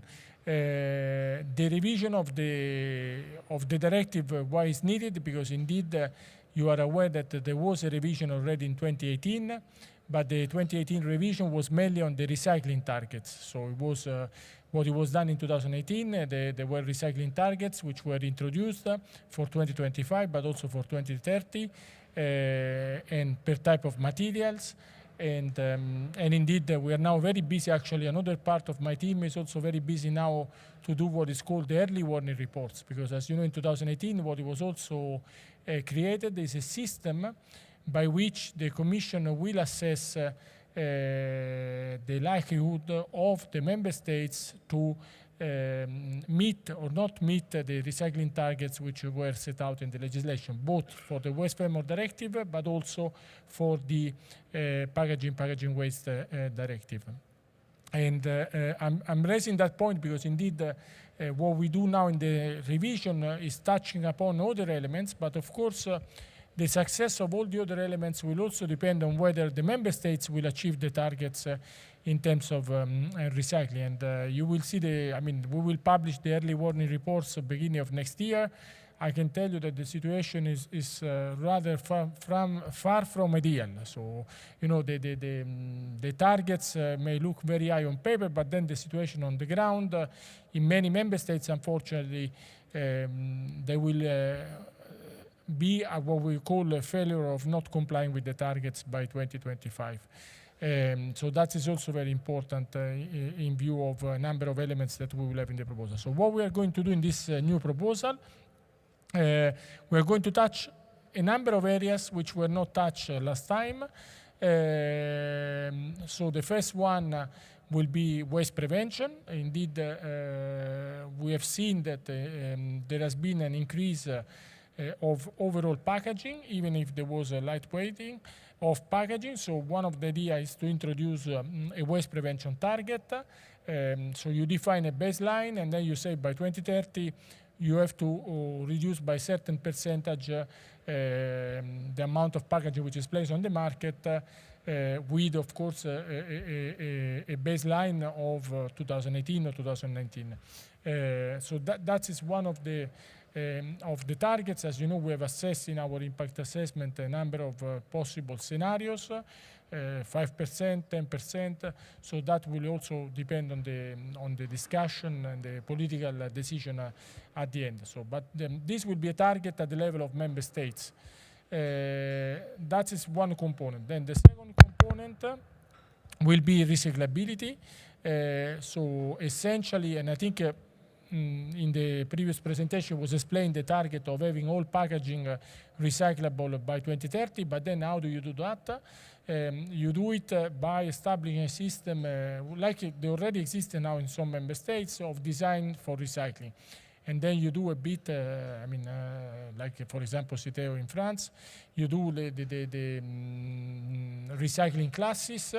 You define these recycling classes in a way that then you decide at a certain level, products or packaging, in this case, which is not at this level of recycling class, is out of the European market by the date of 2030.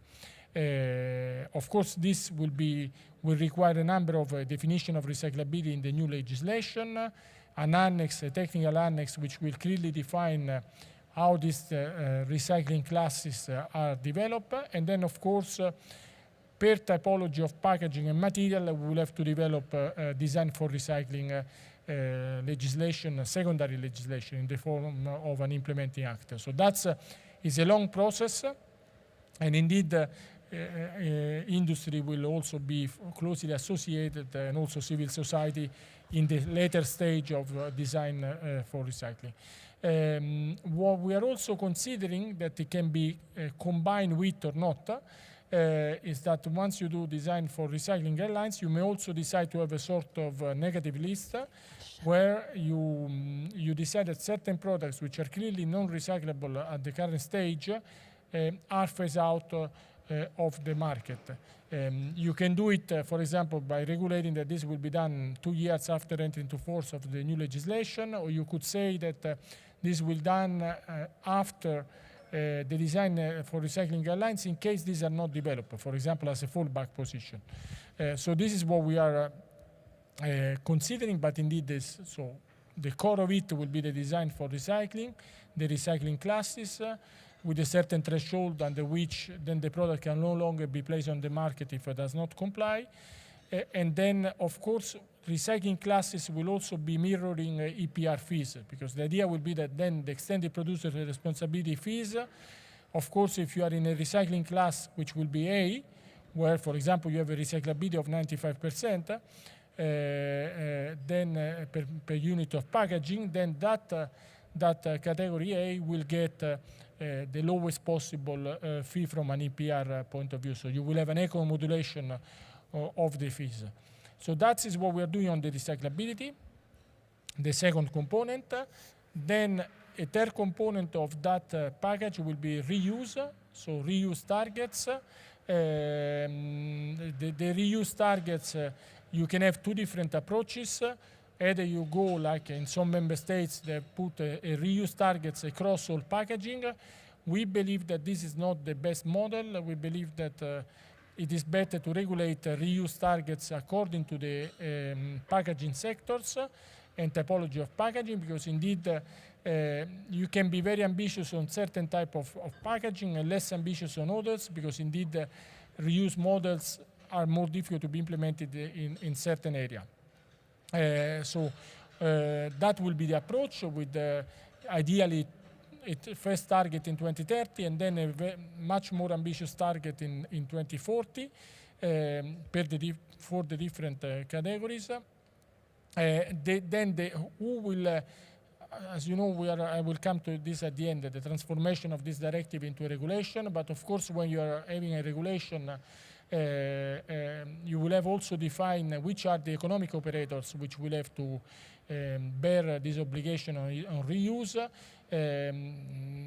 So in this case, it will depend, because for example, if it's a type of packaging which is sold in the HoReCa sector, that will be the final distributor, so the retailer, to put it in there. And then, of course, the retailer will go to the brand owner, and the brand owner will go to the packaging provider. But the obligation will be, we always have to identify a responsible actor. In this case, the responsible actor will be the so-called final distributor, so a bit the German law on reuse, if you look at the different member states. Then, for other type of packaging, if I take, for example, pallets, they are not sold here at the delays. Pallets, they are used for transport. So pallets, for example, the obligation in this case to achieve a certain target of reuse, then it will be, of course, for the producer of the pallets. So I think we will also differentiate according to the different sector, which one is the economic operator which is going to bear the obligation. Then, of course, we are also on reuse considering, especially for the HoReCa sector, the possibility of a sort of exemption for small and medium businesses. When I say small and medium businesses, is not small and medium businesses in terms of turnover, it's rather small and medium businesses in terms of employees and in terms of surface space.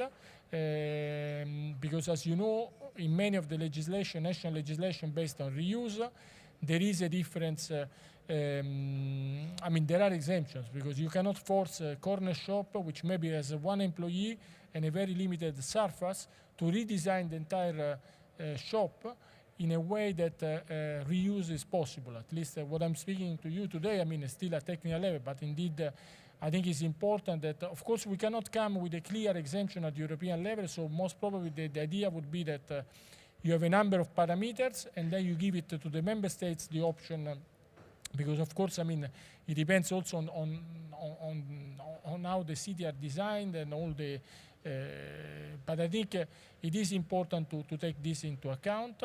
And of course, also, we are fully aware that for food contact materials, reuse is more complicated. So that will have to be factored in also in the reuse targets. So this is what we are also foreseeing for reuse, which will be indeed another big component.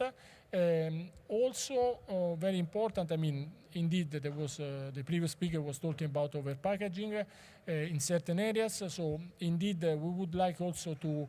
We have seen that in certain sectors there is clearly an issue of over packaging and excessive packaging. The most classical example is the e-commerce sector.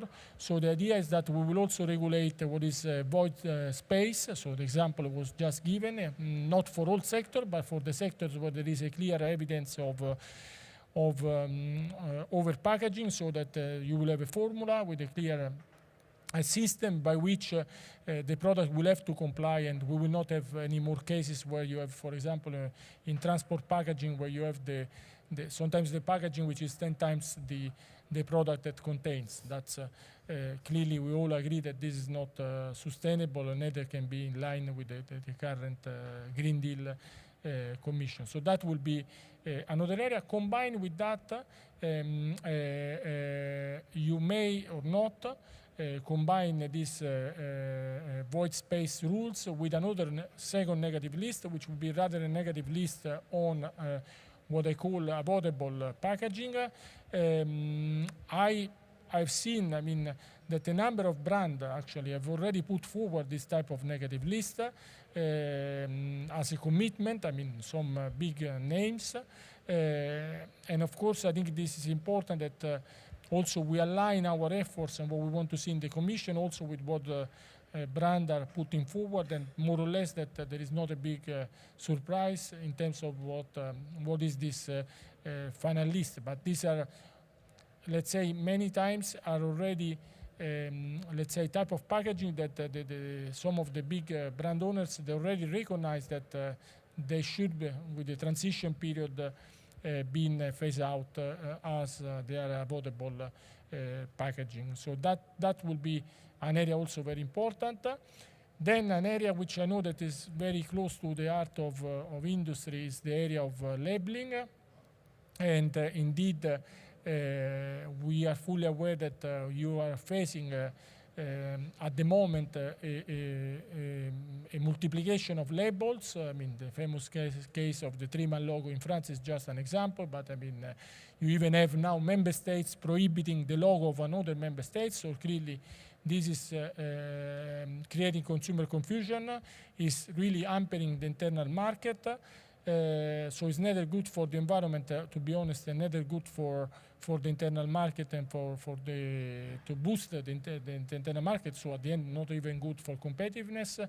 So there, the idea would be to harmonize the logos and essentially to have one logo on the sorting, so one logo for the consumer.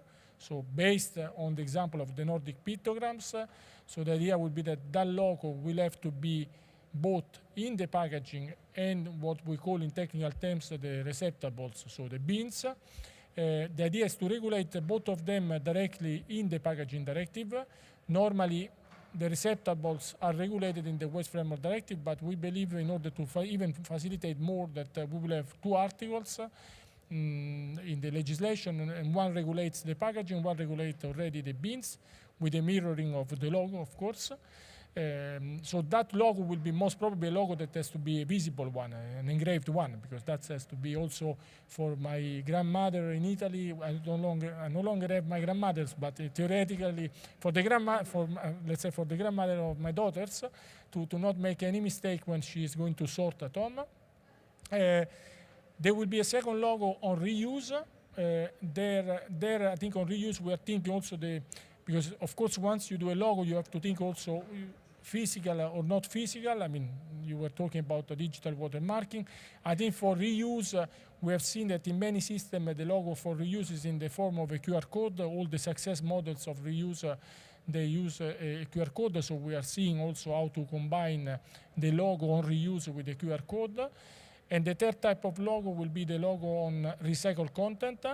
The third one will not be mandatory. The first 2, as I told you, the idea is to make it mandatory. So every packaging which is placed on the European market will have to bear the logo on sorting and the logo on reuse. For the logo, of course, if it's a reuse product. For the logo on recyclability, on recycled content, we prefer that logo is voluntary, in the sense that is a way for you as industry player to decide in the way you compete.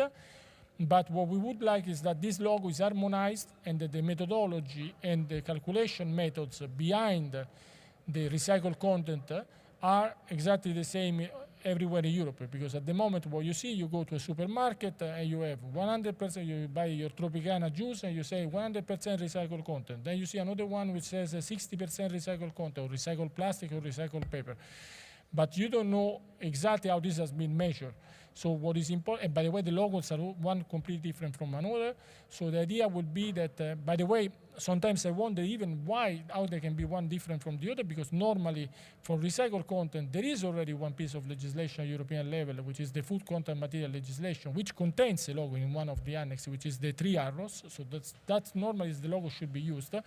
But the idea is that this logo, which is in the food content material legislation, is taken out of the food material legislation, and we harmonize everything in the packaging directive, which is the best place to harmonize. So that logo, of course, will be done with secondary legislation like the other two, and then once there is the logo available and the methodology available, then industry will have to label if they decide to label. So the third one will be an optional one.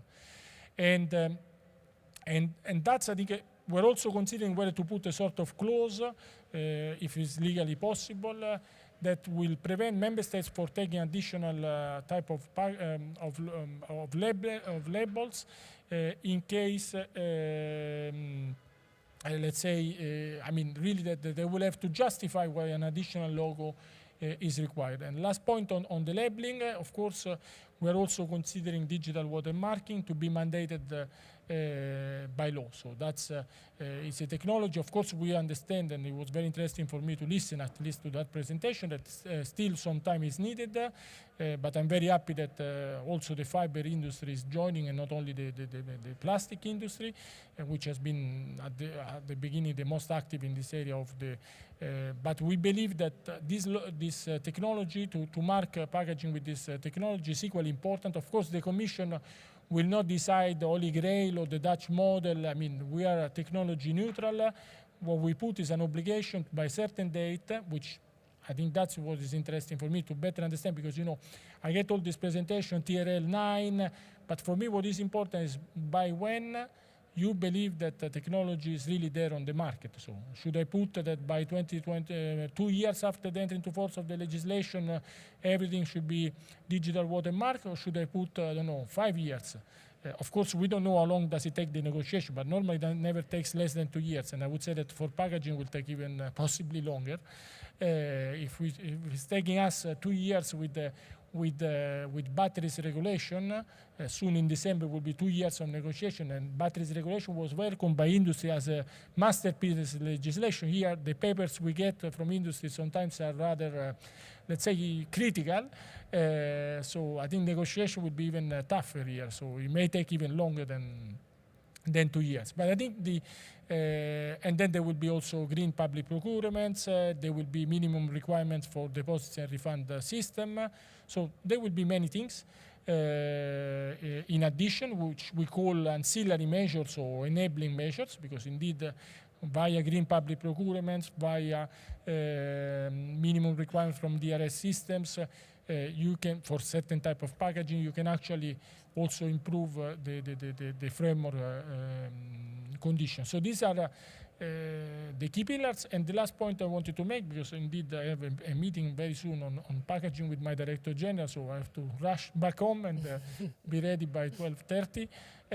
But the last point is the transformation that we strongly believe, and on that I can tell you that even within the Commission, the other, especially DG GROW, is really working with us and really supporting us, is the transformation of the directive into a regulation based on an internal market legal basis. The legal basis was already an internal market. There has been discussion whether to have environment legal basis, since batteries was partially transformed during the co-decision process. But what I see so far, I mean, you never know. I mean, adoption is on the 30th of November, but I see really a strong push and a strong agreement inside at this stage, at least, to really make sure that we have a strong regulation based on internal market, which then will harmonize.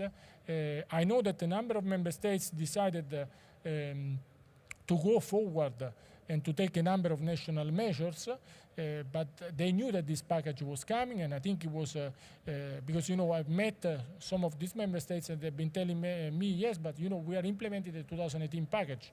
But this is not, and I'm passing to them the message that the 2018 package was about recycling targets, which, by the way, more than half of them are not going to meet by 2025, according to our statistics.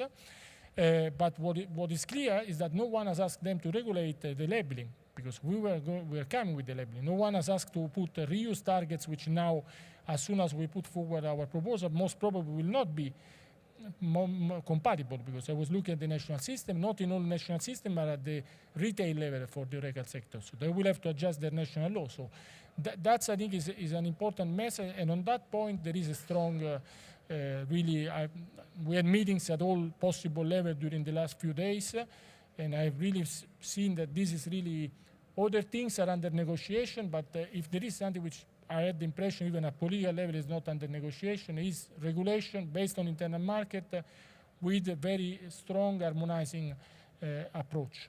So that's, I forgot also to mention, indeed there are so many components, there will be also one element on compostability, where we will mandate that certain items are by default, certain packaging is by default compostable, because we know that it is going to end up in the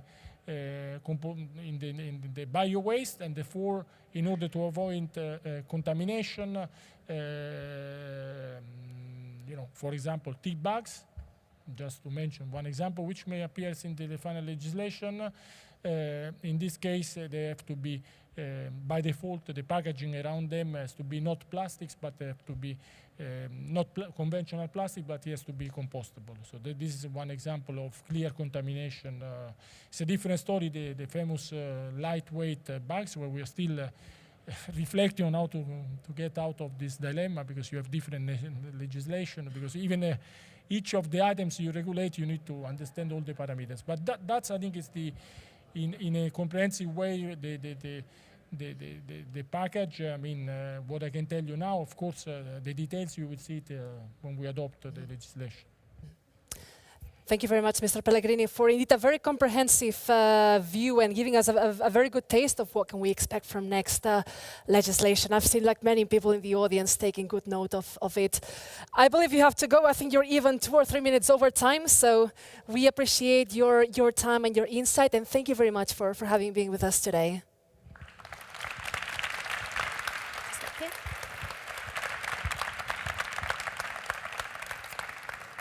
Excellent. So to wrap up today's discussion today at the Forever Green Alliance event, I'm delighted to invite a special guest for some closing remarks, and it's no less than Tomasz Hrushczow. He's an experienced high-level official and diplomat who's been active in the field of environmental protection for over 30 years, with a special focus on climate change, industrial emissions, and waste management, holding positions including the EU climate lead negotiator, head of the Polish delegation at UN climate conferences, and the UN high-level climate champion. So, Mr. Hrushczow, thank you very much for being with us.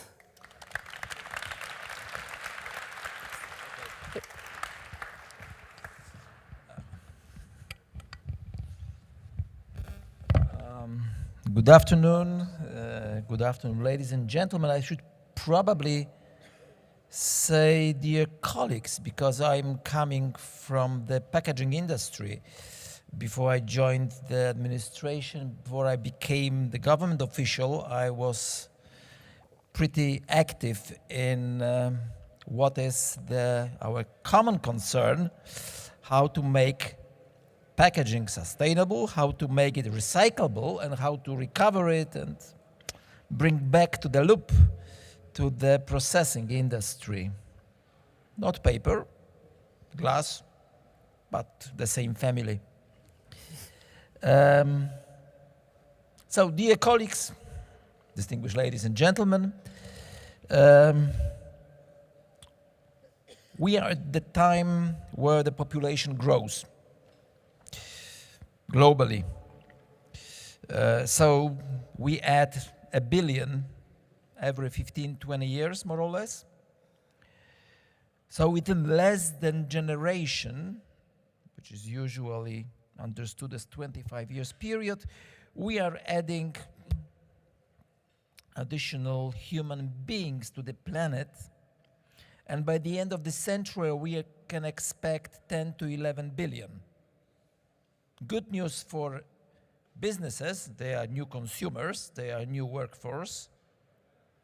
Not exactly good news for the environmental problem solving, as unless we change something, the people who will need food, water, energy, of course decent housing, we may face some difficulties, to put it mildly. And of course their natural aspiration will be to live a life better than their parents. Vast majority of them will be living in cities.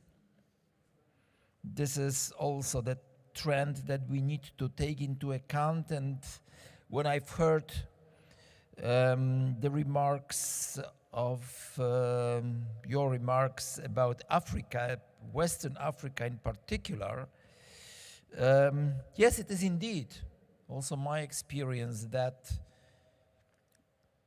waste management became the key challenge, key developmental constraint for many developing countries, and Africa should be seen as kind of a most important continent from this perspective, because this is also the continent which is developing very rapidly, both in terms of economy and demography. But this is also the continent which is having the biggest in the world number of the least developed countries. This is the poorest continent, the poorest region of all. And at the same time, the youngest continent of all. Africa is also the home for the biggest, we usually call them mega cities, I would call them monster cities, which are now 20, 30, 50 million cities, and are going to be by the end of this century 70 plus million cities. And there are direct forecasts predicting that the city of Kinshasa, for instance, Addis Ababa, Lagos, of course, will become 72, 75 million organizations. City states, I don't know how to call it. 3 of these cities would equal half of this entire European Union. Well, that's beyond imagination. And the problems that they will be facing are probably also beyond the imagination of anybody, not only in this room, but anywhere in the world. Okay, now let's take a deep breath. Well, okay, just be brave. There is no poison here. You can breathe. It's about 415 ppm of CO2. So this is the concentration of the carbon dioxide, which is the biggest in the history of mankind. So we can proudly say that we are the first to inhale so well saturated with CO2 air.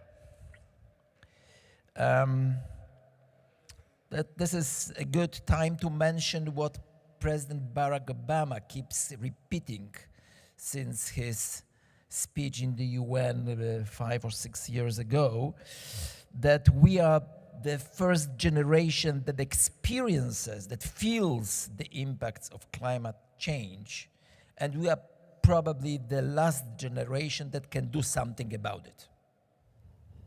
Otherwise, we'll leave this world pretty vulnerable to what is going to happen. In 2015, we had a number of quite landmark decisions.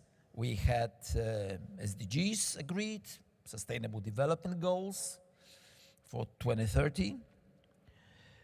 We had new disaster risk reduction framework agreed. We had Addis Ababa Financial Framework for Development. We had, of course, Paris Agreement, adopted very quickly, ratified by the sufficient number of countries. Agreement entered into force in less than a year. So, all these documents, all these decisions are constituting kind of a system that is determining the framework for global response to developmental challenges, developmental, security, and environmental challenges of today.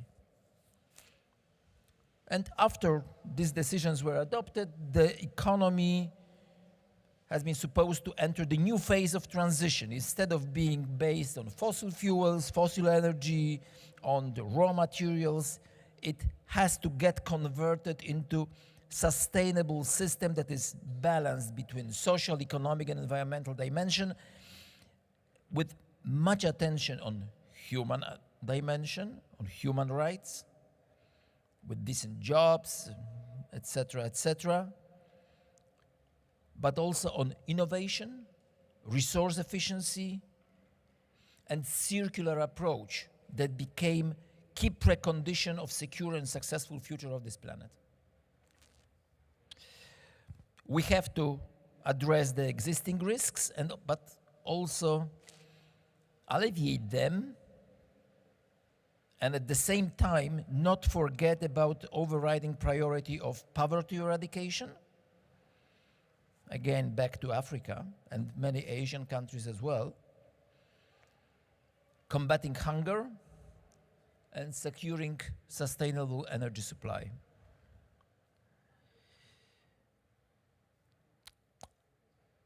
Combating hunger and poverty are probably the biggest challenges of today. And while trying to provide people with food, the world is wasting more than 1 billion tons of food every single year. I think the last year figure was 1.3 billion tons. Even more interesting is to see the value of this food being wasted. It's $1 trillion US. Trillion. 1,000 of billions. 10 times more than 100 billion US dollars pledged by developed world to developing countries for financing their efforts to address climate challenges, to address adaptation, to address capacity building, to implement technologies that would build up their resilience. But let's stay with food. And then we are immediately coming to the role of packaging. The role of packaging that is not just designed for the purpose of attracting people, for telling them that the goods in the box are probably the most attractive and the most desired goods. But packaging has also two other roles. It has to protect the content from external world, but also has to protect the environment, the world, against any drops, any leakages of the content. And well, even milk, if spilled on the sunny day on the street, may be quite nasty. Not mentioning some more harmful material. So we should see the very important role of packaging, the way it is designed, the way it complies with market requirements, but also with legal requirements, as the way to address challenges? Well, let me mention two more aspects.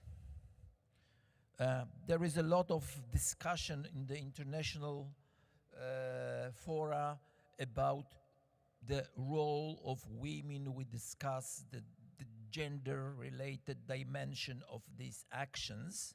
Packaging has a huge role to play here. In, I would say, majority of the global community, the women play a very important role in managing households. They take decisions, and they are left with, well, managing and treatment of emptied packaging. And another group, young people. The young guys are all deeply kind of immersed in virtual world. They are kind of devoted users of social media. Why not to make them ambassadors of good solutions, good packaging solutions? Why not to explain you, look guys, the world is trying to deal with the whole island that is probably bigger than France, made of plastics floating on the ocean. Well, that wouldn't happen with paper. Paper would probably sink and not pollute the ocean. Well, unless some harmful inks are used, but we are not using harmful inks. So it is particularly important to bring young people on board, engage them in positive, constructive, and most important, peaceful development of their villages, towns, cities, because these guys, who are very young now, are tomorrow's leaders. They, unless they are offered the knowledge, unless they deeply understand the problem, they cannot kind of join the efforts with their enthusiasm and determination to change the world. This is the natural desire of every young man or girl to change the world, to improve it. Let's give them the chance. And final remark. Private sector, in general, together with academia, with cities, with trade unions, environmentalists, civil society, they are developing real-life solutions. It's not the commission, it's not the ministry, it's not any official institution that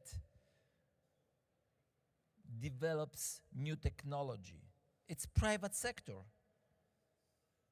It's about innovation, it's about the need to save the energy, etc., etc. And also the sector, together with all these stakeholders, help administration, the commission, the ministries, to better understand what is possible, when it's possible, how much does it cost. How to translate the decision into actions on the ground.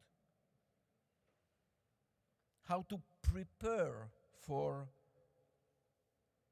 low-emission development plans that Paris Agreement requires from every party to this agreement, which is almost the entire world, without 4 or 5 strange places, like fallen countries.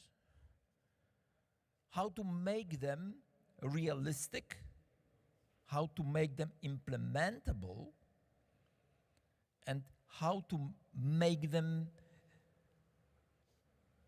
to the foundation for future development. What I've seen here, it fits very well to this kind of ideal world that I'm talking about. So I really, truly keep fingers crossed for you, because your success will be the success of everybody else. It will be our success. Thank you very much.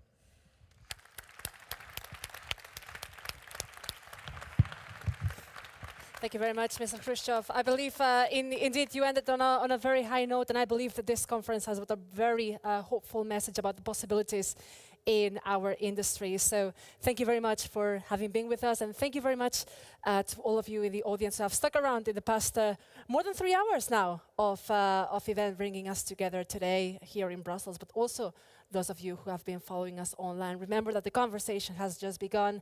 You can still use the hashtag FiberForward2030 to continue discussing these important topics with us. And without further ado, I think those of us who are here in Brussels can move to our lunch in the other side of the room. So.